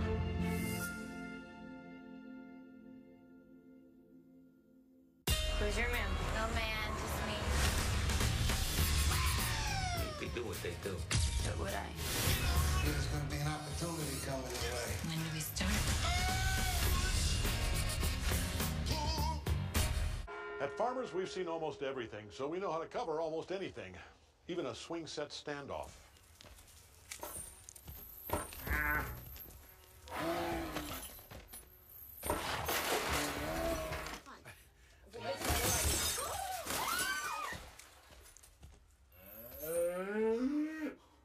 And we covered it. July 1st, 2015. Talk to Farmers. We know a thing or two because we've seen a thing or two. We are farmers. Bum, bum, bum, bum, bum, bum. I-O, let's go.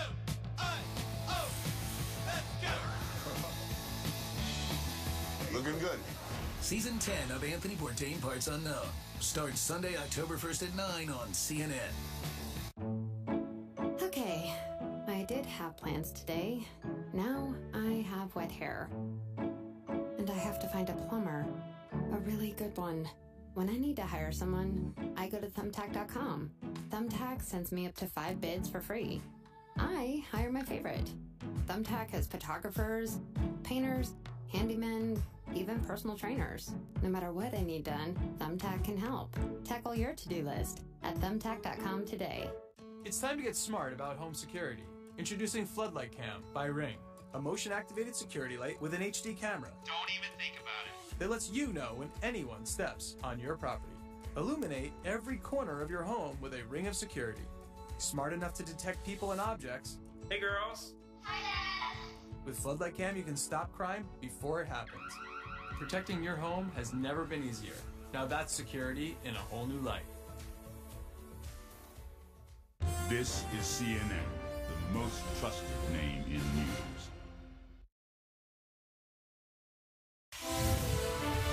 Breaking news, Hurricane Irma barreling towards Florida. A new forecast shows the deadly storm expected to gain strength. The National Weather Service making it clear to those defying evacuations orders, quote, "This is as real as it gets. Nowhere in the Florida Keys will be safe." Meteorologist Allison Chinchar is tracking this in the Weather Center. And Allison, where is the storm right now? The storm right now is currently in between the Bahamas and Cuba in very incredibly warm water, and that's not a good thing. That's going to allow the storm to re-intensify over the next 24 hours. Winds right now 155 miles per hour. Keep in mind, that's only 2 miles per hour off from a Category 5 strength. It is expected to intensify back up to a Category 5 storm. Winds around 160 miles per hour as it crosses over the Keys. Then it will likely be a Category 4 as it heads over the Maine Peninsula. For this reason, we have hurricane watches and hurricane warnings in effect for much of Florida, and these are likely to expand northward as we get closer to that landfall timeline. In terms of storm surge, from West Palm Beach down to Key West, we're talking 5 to 10 feet. From Naples down to Key West, you're talking 8 to 12 feet. So again, this is at least a single-story building of a home that we're talking about. And it's not just Irma. We're also talking Jose, which is now making its way towards the Lesser Antilles and some of those other island nations there. The good news, at least in the long term, is it is expected to veer right back out over open water, Aaron, and that's what everybody wants to hear. You don't want it to hit too many places right after they got hit from Irma. Oh, I mean, yeah, absolutely. And, when you talk about that storm surge, we were just hearing it on top of that surge, you get waves of up to 25 feet to give people a sense of why it is simply not safe to be anywhere near any of that. It's the storm surge, Allison, and also the winds. You're saying it could hit the Keys at 160 miles an hour or so, right on that Category 5 line. At that wind speed, what happens? Just to give people a sense of why it is so dire. Yeah, so that's not only going to rip up power lines and trees and things like that, it's going to do significant damage to buildings. And you have to understand that there are a lot of high-rises, hotels, condo complexes, things like that in Florida, and the wind only increases as you go up. So let's say, for example, it's 145 at the surface. You get up to a 30-story building, that wind now goes up to 174 miles per hour. Then you get up even higher, say to an 80-story building or taller. Now you're talking nearly 190 miles per hour. This can do not just a little damage, this will do substantial damage. You're talking roofs being ripped off of buildings. You're talking siding coming off. Not to mention your smaller homes, say like mobile homes. This will not only take them off their foundation, but may chuck them a few blocks down the road. Again, this is going to be substantial with some of these wind speeds that we're expecting in South Florida. All right, Allison, thank you very much. And, you know, as Allison's talking about these winds, whatever it may end up being, 150, 160, more per hour, it is expected, of course, to intensify. Joining me on the phone is Richard Henning. He's actually a flight director for the National Oceanic and Atmospheric Administration, NOAA. He's flying right through Hurricane Irma. And Richard, thank you very much. I know what you're doing is gathering crucial data for all of us to understand what's happening and maybe stop it as, in the future. Tell me what you just saw. I know you were just in the storm. Well, first of all, thank you, Aaron, for giving me the opportunity to talk to your audience and just to stress to everybody just how bad this storm is.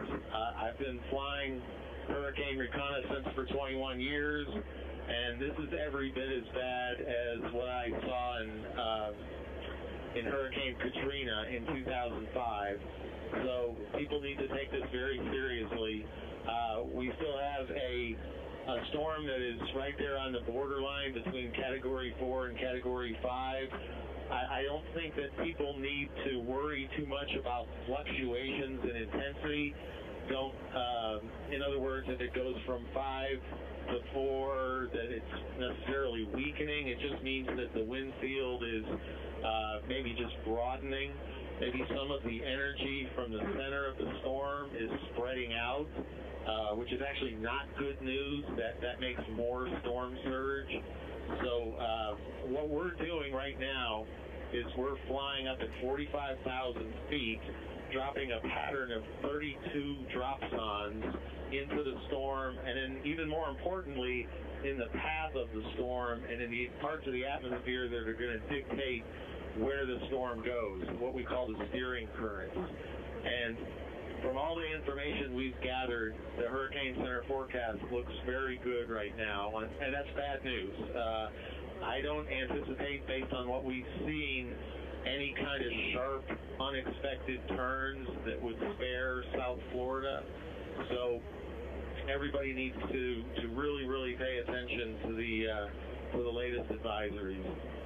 And Richard, I mean, you're literally there up on the front line. I mean, if you're saying that, I hope anyone's listening. And, you know, we have talked to some people who are not heeding those warnings, so I hope they're listening to you right now. When you say you've been flying into these storms for 21 years and this one's different, what makes it so different? Why is Irma such a record-breaking storm?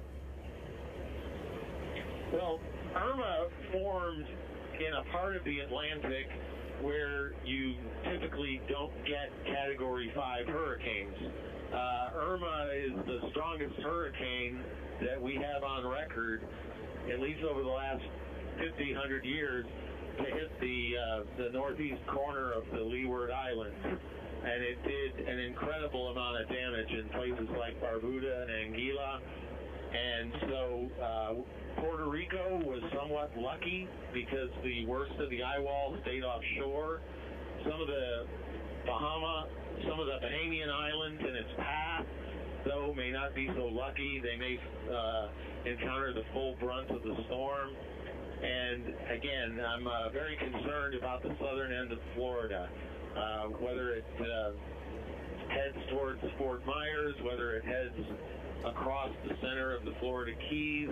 It really doesn't matter. It's got a very wide swath of hurricane force winds and a very wide storm surge. So people shouldn't worry too much about the exact movement left or right of the forecast track. They shouldn't feel like they've lucked out if it inches just a hair to the right or a hair to the left. It doesn't really get them off the hook. And Richard, I know, just to make sure anyone listening, they hear the background noise, that's because you're up in the air right now, and I know you all have been flying through Irma. Can you explain what it's like when you go in, when you're flying in those bands, as I know you're doing to gather some of this data? What is that like? Well, in our P3 aircraft, which is what we use to fly down at low altitude through the teeth of the eye wall, in that aircraft, it is like a roller coaster through a car wash. I mean, it's a very wild, just crazy ride through the eye wall. In the G4 aircraft that I'm currently flying, this airplane is up at much higher. This is up at 45,000 feet. But even up at 45,000 feet, when you fly across the top of a storm as powerful as Irma, you get a lot of turbulence. And that turbulence is caused by all of the mass of the storm that's being sucked into the center, into that eye wall, going up and then going out, what we call the outflow. And so the outflow of this storm is extremely vigorous up at 45,000 feet. So it's very bumpy going over the top of the storm. The outflow is kind of like a chimney at your house, where the fire and the flame goes up and out, and that's sort of exactly what goes on with the atmosphere. Up at 45,000 feet, we have the chimney of Hurricane Irma. And Richard, from what you said you're gathering, I just want to make sure everyone understands, you do not see any sudden move out. And, I know the window for that is as narrow. The models are all showing a direct hit, but you are not seeing anything that would indicate some sort of a near miss or a salvation for southern Florida right now. No, we've been very, very careful in analyzing all the data that we've gathered. We've dropped 28 drop zones so far. We've sampled the air, the atmosphere through the hurricane itself, and importantly, just to the north of where the hurricane is, in the area east of Cape Canaveral, there's a Bermuda high out there that's dictating which way the storm is going to go. So we did a very careful job of analyzing how strong that high pressure system is, and it's holding nice. It's holding strong. It's holding rock solid. So if that area were to weaken, that might allow the storm to turn to the right and spare Florida. But there's no indication, based on the data that we just gathered, that it's weakening any. So that block of granite that you might think of it that way, that's north of the storm, is not giving any, not allowing it to turn right. All right. Well, Richard. So again, there's nothing. I'm just saying there's nothing that I've seen here personally from this aircraft that would shed any kind of doubt on the Hurricane Center forecast right now. The forecast track looks extremely accurate. All right. Well, Richard, thank you very much. We all appreciate your taking the time, and good luck to your crew up there. As we said, they are flying over Irma right now, gathering that data. And next, one man staying put in his home despite the dire warnings and the images of mass destruction. Why? Well, he'll tell you next. We just got to take it one game at a time. Next question. Odell, can you repeat everything you just said? My live stream won't load. Technical foul. Wrong sport. Wrong network. You see, you need unlimited on Verizon. It's America's largest, most reliable 4G LTE network. They won't let you down in places like this, even in the strike zone. It's the red zone. Pretty sure it's the strike zone. Here, use mine. All right, see you on the court, champ. Heads up. When it really, really matters, you need the best network and the best unlimited. Now plans start at $40 per line for 4 lines. Looking for adventure this Labor Day? Holy smokes. Oh man, that's pretty intense. Look no further than Chevrolet. This is a fast car. I feel like I left my soul back there. Wow, this has power. Head to the Chevy Labor Day sales event and ride out the summer in a new Chevrolet.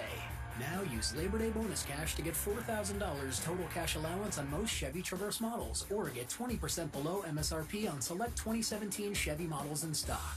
Find new roads at the Chevy Labor Day sales event. We're on to you, diabetes. Time's up insufficient prenatal care. And administrative paperwork, your days of drowning people are numbered. Same goes for you, budget overruns. And rising costs. Wipe that smile off your face. We're coming for you too. For those who won't rest until the world is healthier, neither will we. Optum, how well gets done. We're out of the office, but that doesn't mean you're not working. At Men's Warehouse, we'll help you find the look to close any deal. Now it's buy one, get one free on select items, plus take an additional 40% off clearance. Your clients are gonna like the way you look. This is a story about mail and packages, and it's also a story about people. And while we make more e-commerce deliveries to homes than anyone else in the country, we never forget that your business is our business. The United States Postal Service. Priority, you.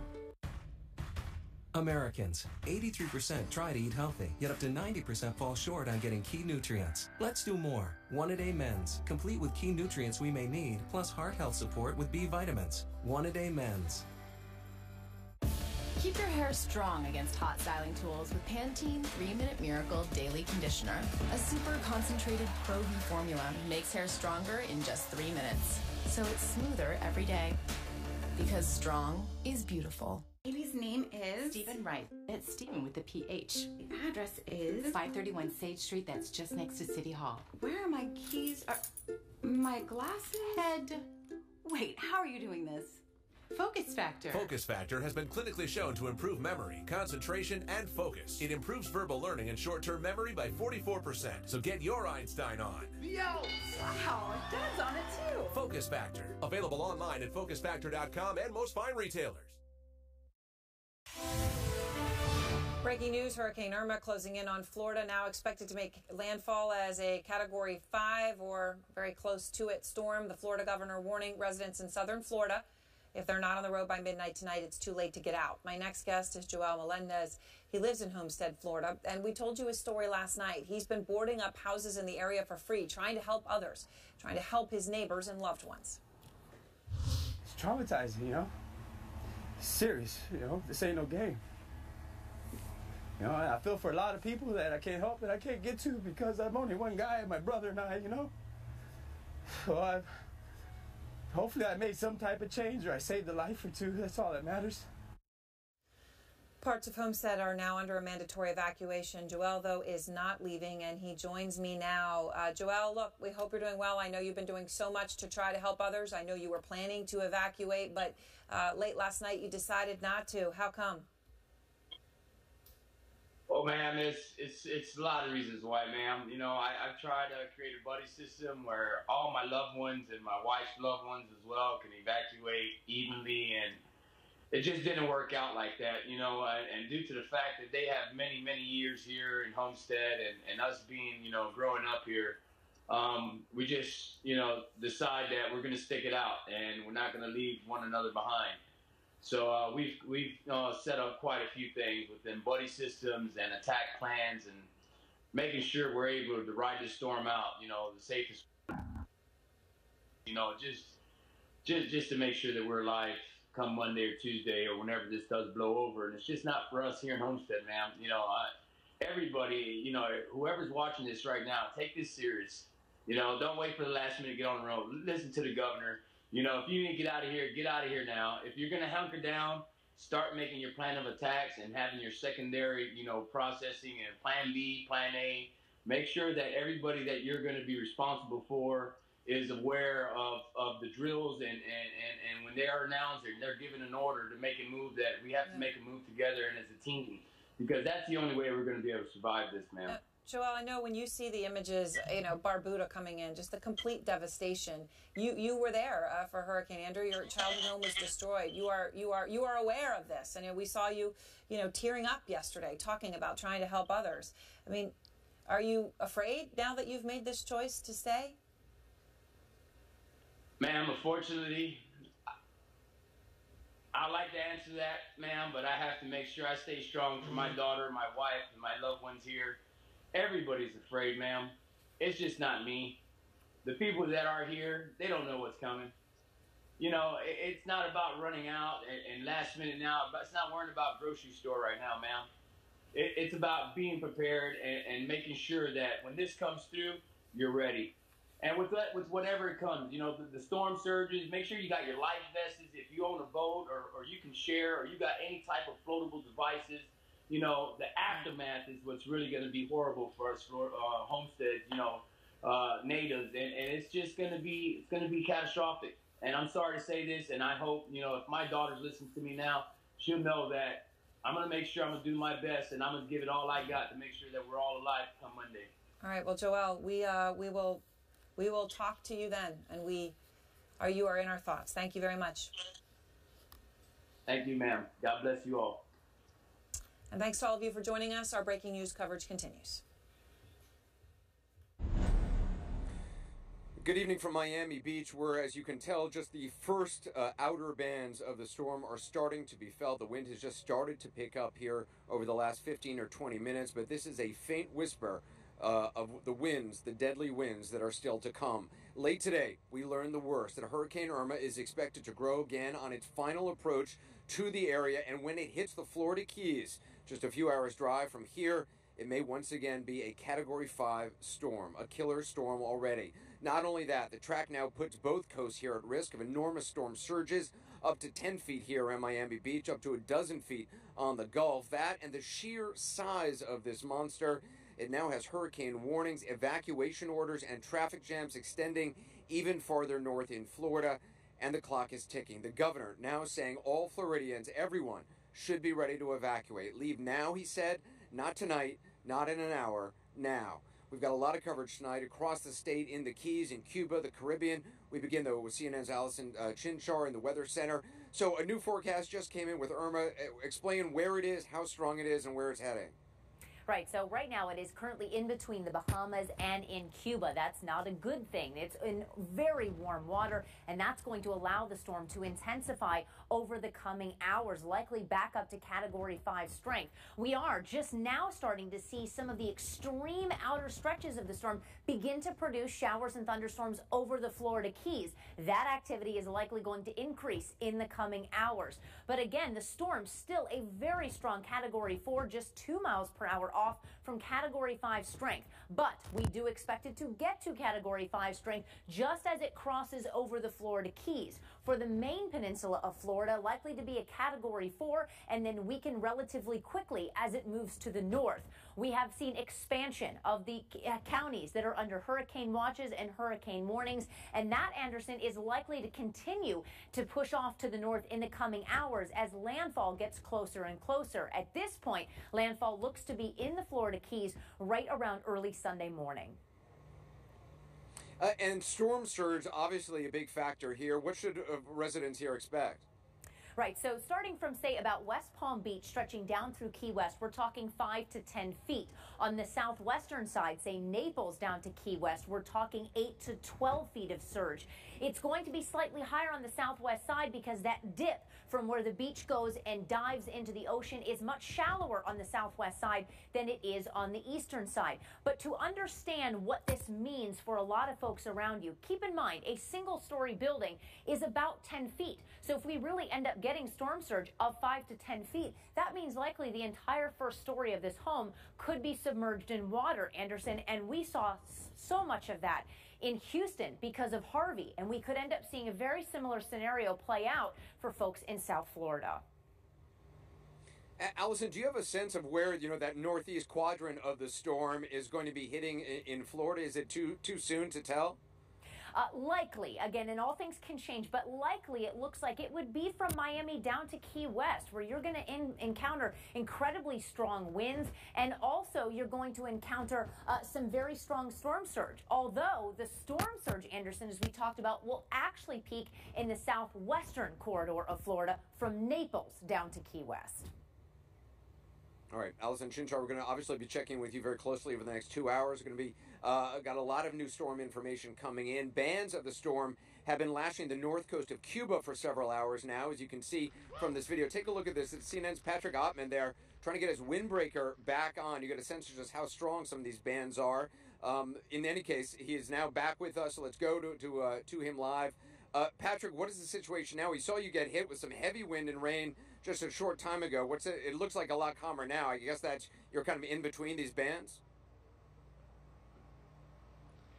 Absolutely. It's that eerie dead calm you know so well, Anderson, between these bands. The power has been knocked out by one of those earlier bands. The clip you showed where I got blasted, that was the first rain we had felt all day long. I didn't have a rain jacket on because literally not one drop of rain had fallen during the whole day of covering this. We saw clouds. My cameraman, Scotty McWin, and I, off in the distance, they were turning black, and we sort of said, oh, something's developing there. Then, without any more warning, it was like having a power washer put in your face. I could barely stand. I could hardly get my rain jacket on without some of my Cuban colleagues' help, and it just gives a sense of the power of this storm and what Cuba is experiencing right now. A lot of people have evacuated people here. Some people are staying. It's going to be an incredibly powerful storm here, and it's going to go on for the next several hours. Yeah, do you have a sense of what conditions are expected in the hours ahead and how long it may be hitting Cuba hardest? You know, I think we'll be going through this until tomorrow, if not longer. All day long, government officials have been coming by in trucks with speakerphones telling people to evacuate. You've been seeing people put all their possessions into horses and carts. The Cuban government says over 250,000 people have evacuated. The government has brought in a lot of resources just outside where we think Cubans will be hardest hit. They get those resources in immediately after the storm pulls away to begin making some repairs. They have a lot of experience here with hurricanes, Anderson. Of course, you live on an island. That's just what happens. There's not really anywhere you can run to. But a storm like this one is something that few people here, even in Cuba, have ever seen. Yeah, Patrick Ottman, be careful out there. Again, a projected Cat 5 when Irma hits the Keys, where nearly nothing is built for anything like that. It's why everyone is supposed to be off the island chain by now, seeing as Bill Weir is in the Keys for us. He's not alone. There are residents who are hunkered down trying to ride this out. Bill, the situation down there now going to be even worse than expected. Has the sense of urgency there increased tonight? Absolutely, Anderson. You can feel it. It's been interesting. We've been down here for the last 36 hours or so, and in the beginning they were raising rum drinks and making fun of those who evacuated prematurely, they said. But just in the last several hours, as these reports came in, the traffic on US 1 heading north is noticeably heavier. The man on his bicycle just rode by and said, I was going to ride it out. No, I got to go north. I got to go as far north as I can. We are on Cudjoe Key, right above the lower Keys below us. A stunning, sort of prototypical Key West sunset happening back there, but there is nobody in Mallory Square, trust me, watching that with a boat drink tonight. In fact, many of them have brought their cars here, and this shows the desperation when you live inches above sea level. This is one of the mountaintops of the Florida Keys where we are, right up against a bridge, and people have parked their cars, they've jammed them in. If you can see that Jeep Wrangler there, that guy took the winch on the front of his Jeep and lashed it around one of these guardrails as one more piece of protection against what is now we know will be Category 5 winds. So, Bill, I mean, for those who have resisted evacuating, haven't listened to authorities, what options do they have? I mean, that doesn't seem, I mean, if that's the best place to be parking your vehicle, that doesn't seem very good. I think these people, I'd hazard to guess that these folks did evacuate but couldn't bring their cars with them. So they wanted to, they don't have a garage. There are no parking structures. You can put it on a second level. So this is the best they can do. But as for people who are deciding to come and maybe even pull these cars out of here and drive north, the highway is wide open pretty much from here to Lower Dade County to get you at least out of the Keys. And I think that's what the governor and more first responders are saying. It's no longer time to mess around. Get out. And, these are storm season conchs down here. They're used to the sea and the sky turning on them after a day's fishing or diving. But this is a whole different level of dangerous. Bill, I got to ask you, are you and your team going to be leaving the Keys at some point? As soon as I'm done talking to you, we're headed north, and if you look at the predictions, we've been very careful to check with our meteorology team. as for the timing of this. And I think we'll be safe until the wee hours of tomorrow morning. We might be reporting maybe from the very tip of the Keys, if it's safe, to give you a sense of what it's like. But we plan to head up north of Homestead to ride out the storm. All right, just for people who are watching, even in the Keys, that gives you a sense of what's ahead if our team is going to be pulling out at a certain point. Bill, stay safe. As we've been discussing, the storm surge could be bad on both coasts. However, the hurricane latest track suggests it could be especially bad to our west on the Gulf. Seeing as Drew Griffin is there, joins us now. You've been talking to some residents in Naples, Florida today. How are they feeling knowing that they could take a direct hit? There was a big change in how they viewed the storm here, especially in Naples, Fort Myers, the southwest area. When it began, Anderson, to make that westward tilt, it looked like this was going to be a Miami storm, maybe an East Coast storm.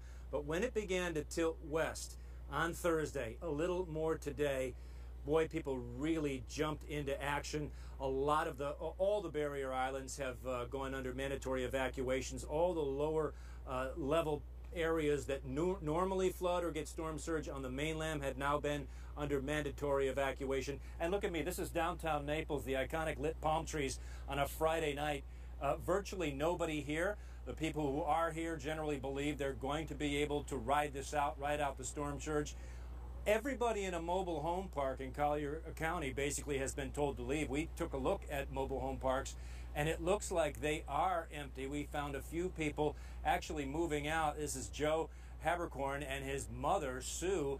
Joe works at a beachfront hotel. That beachfront hotel said, get out. So he is making last-minute evacuation plans. They're going up to Fort Myers, where Sue Habercorn is going to have 4 people and a bunch of pets in a 1-bedroom apartment, and that's where they plan to ride out the storm. And here's what she told us about that. You do what you have to do.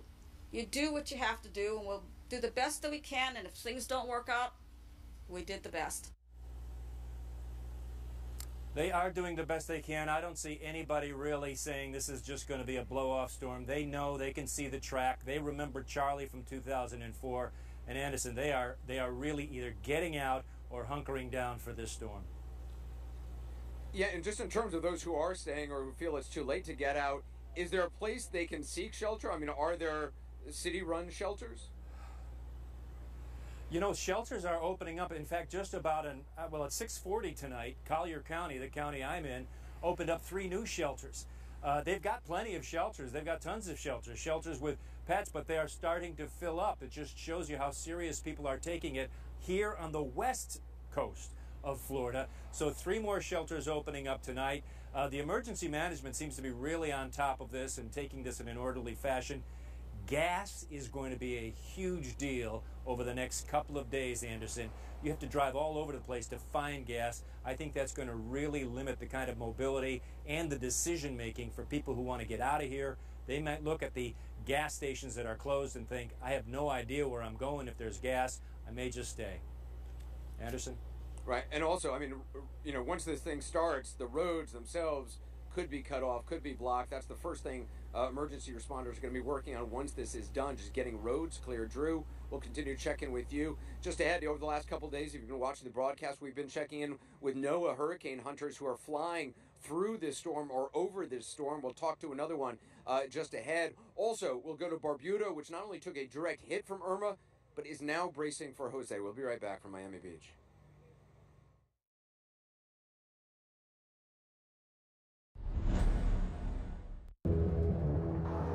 We are not here to sit idly by. We are here to leave a mark. Experience a shift in the natural order. Experience amazing.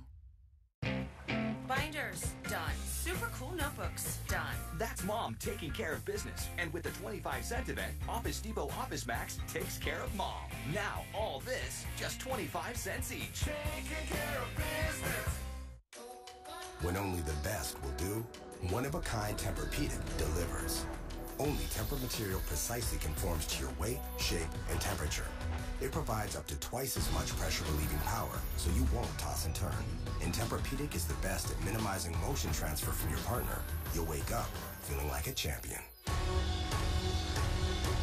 Now through September 17th, save up to $500 on select adjustable sets. Find your exclusive retailer at Tempur-Pedic.com.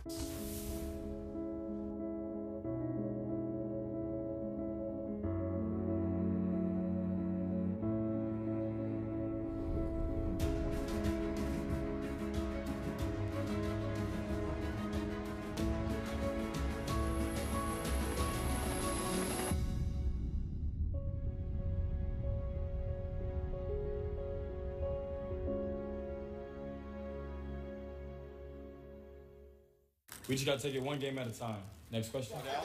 Can you repeat everything you just said? My live stream won't load. Technical foul. Wrong sport. Wrong network. You see, you need unlimited on Verizon. It's America's largest, most reliable 4G LTE network. They won't let you down in places like this, even in the strike zone. It's the red zone. Pretty sure it's the strike zone. Here, use mine. All right, see you on the court, champ. Heads up. When it really, really matters, you need the best network and the best unlimited. Now plans start at $40 per line for 4 lines. Honey, can we do this tomorrow? Can we do this tomorrow? If you have heart failure symptoms, your risk of hospitalization could increase, making tomorrow uncertain. But Entresto is a medicine that was proven in the largest heart failure study ever to help more people stay alive and out of the hospital than a leading heart failure medicine. Women who are pregnant must not take Entresto. It can cause harm or death to an unborn baby. Don't take Entresto with an ACE inhibitor or aliskiren. If you've had angioedema while taking an ACE or ARB medicine, don't take Entresto. The most serious side effects are angioedema, low blood pressure, kidney problems, or high potassium in your blood. Tomorrow, tomorrow. When can this again, Grandpa? Well, how about tomorrow? Ask your doctor about Entresto and help make tomorrow possible. Over the course of 9 days, Steve chooses to walk 26.2 miles. That's a marathon, and he does it with Dr. Scholl's. Only Dr. Scholl's has massaging gel insoles that provide all-day comfort to keep him feeling more energized. Dr. Scholl's, born to move. I've seen them all. Big, small, wide, slim, but never two exactly the same. Which is why at Men's Warehouse, we create the perfect fit. Because no matter what size your label says, it's time to like the way you look.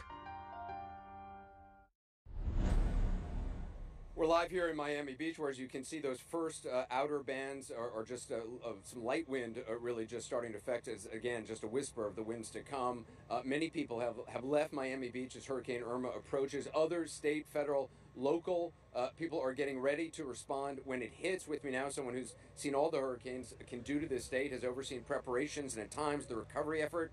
CNN contributor and former state emergency management director David Halstead. Also here is Josh Levy, mayor of nearby Hollywood, Florida. First of all, how are things in Hollywood? Because, you know, here in Miami Beach, there's dunes, as we were talking about before we went on air, but in Hollywood, there's a beautiful boardwalk right on the beach. Right, it's a 2.5-mile boardwalk with hundreds, really, of businesses, hotels, shops, restaurants right on the sandy beach.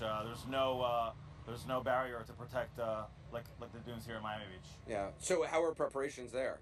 So I'm happy to report that people are taking this very seriously, really throughout South Florida, certainly in Hollywood. Most buildings, if not all of them, are boarded up. Hurricane shutters are up. People have evacuated. We have 16,000 residents within the evacuation zones, mandatory. So we're seeing people take this very seriously, as you can imagine. At this point in an emergency response, I mean, what are first responders doing at this point? Because obviously they're still trying to encourage people to leave in these last hours or two. Absolutely. The mayor and I were just talking about that. The first priority is get them out. If you can't, get them to a shelter as quickly as possible. But the second part of this, and you just hit upon it, the first responders immediately afterwards, what are they going to do? How quickly can they respond? What are the damages to the police stations, the fire stations, and their equipment before they can get out and even start answering 911? The other part of that, Anderson, is can they answer 911? Is the communications going to be up and running, or is that going to be down? Right. I mean, so those are important questions. In many storms, first responders say, look, during the storm, it's just too dangerous for us to go out. So you call 911, maybe you leave a message, but they're not going to be able to get to you. No, certainly after Hurricane Ivan in the Panhandle, we heard 911 calls that were recorded. They were just heartbreaking. People calling, wanting help, and no, ma'am, no, sir, we can't. You know, winds are above 70 miles an hour right now. We couldn't even get out on the road if we wanted to. But again, immediately after the storm, that's where the mayor and his team come in very quickly. Those first responders get out to those citizens and do what they can. It's also essential to get the roads clear. I mean, it sounds like a mundane thing, but until roads are clear, you can't really do much of anything. Sure, and that counts for essential services, first responders, the power company, let alone folks who want to try to get to different destinations following a storm. What's your message right now to folks in Hollywood, to anyone listening right now in this area? Sure. So we're watching very closely the forecast track. People should not get complacent. They shouldn't think that this storm is not going to severely impact southeast Florida and the city of Hollywood and Broward County. So heed the warnings, stay sheltered, stay in place, and be ready to brace for impact tomorrow. It's a very serious occurrence. This storm may jog 50 miles left, 50 miles right, and we might find ourselves right toward a direct hit again. So it's not anything to take lightly right now. Yeah, I think back to Punta Gorda and Charlie back, I think it was 2005. Wasn't expected to hit there as hard as it did. What's your message? Absolutely, it is. First of all, if you haven't already evacuated, it's probably a little too late. So get to a shelter. Get yourself safe. Get your family safe. Listen to all of the locals, such as the mayor here, what they're telling you to do. They know best. Mayor David Halstead, thanks so much. Mayor Levy, I wish you the best in the hours ahead. Thank you very much. As we wait for conditions here on the ground to worsen, and they certainly are going to over the next 48 hours, Air Force pilots and scientists have been up in the air, flying above the storm, or in some cases straight into it. Joining me now is Major Nicole Mitchell, Air Force Reserve meteorologist. She's aboard one of those flights. She's just crossed the eye. How is it up there? What have you seen? How strong is it? So this is our first pass into the storm, and we came in from the northwest side. It would be the side that is closest to Florida right now. And we did observe both winds at the surface that were over 160 miles per hour, winds at a flight level of 10,000 feet over 170 miles per hour. So still certainly a very intense storm. And forecasters have said the storm's expected to strengthen back into a Cat 5 before making landfall in Florida. Does the data that you are collecting back up that prediction? Well, we're just one piece of the picture. We defer everything to the National Hurricane Center, which is where all of our data goes to. And I will say, between ourselves and also there's been an airplane in there, the pressure has been observed to drop slightly in the last couple hours. Sometimes that is a sign of intensification. But as I said, we have one piece for the picture, so it would be up to the National Hurricane Center to make that call. And you were able to make it to the eye of the storm. Is it still so well defined, defined what they call a stadium eye wall? What did it look like? Yes, we were just entering, as the sun was going down, basically, but it's still, the stadium is, because it's not quite cylindrical, it kind of curves around you, and we still definitely saw that. We also had some lightning as we went in on our first pass, which you don't always see in tropical systems. And the eye wall was still very well defined. I also heard you mentioning earlier about Charlie. I actually flew Charlie back in 2004, and something I will note about this storm is a little bit different, is you don't just want to watch the intensity, the category of a storm, you also want to watch how large a storm is, how far out those hurricane force and tropical storm force winds extend, and I can say this is a larger storm than Charlie was. You may have said this, and I apologize if you did, because I can't hear you as well as our viewers probably can. How far across is this eye? How big is it? The eye is 35 miles across. But we want to emphasize that the winds extend well out from the center, so it is a large storm.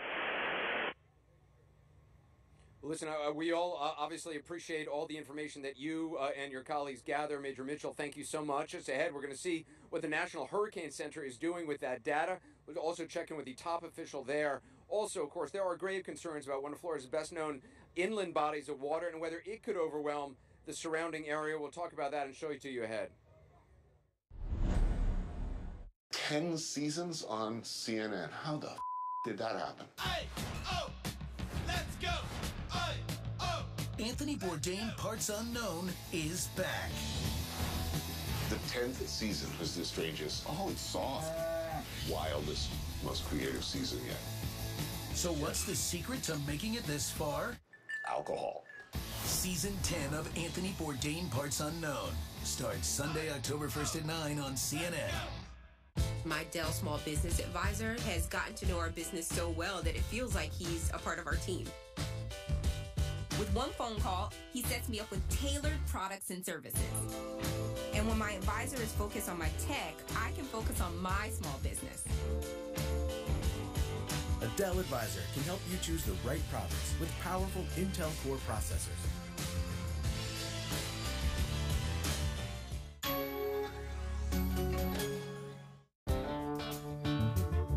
May God bless and keep you always. May your wishes all come true.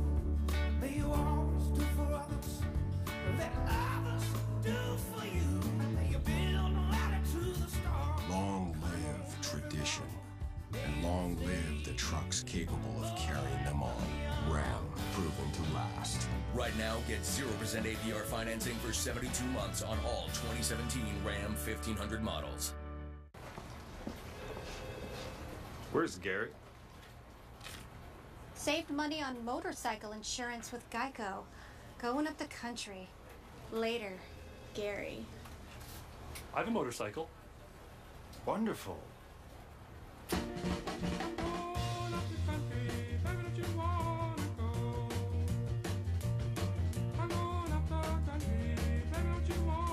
Geico Motorcycle. Great rates for great rides. I found my other half on eHarmony. I found a girl that made me feel incredible. When I met Anthony, it felt right from the start, and it has changed my life.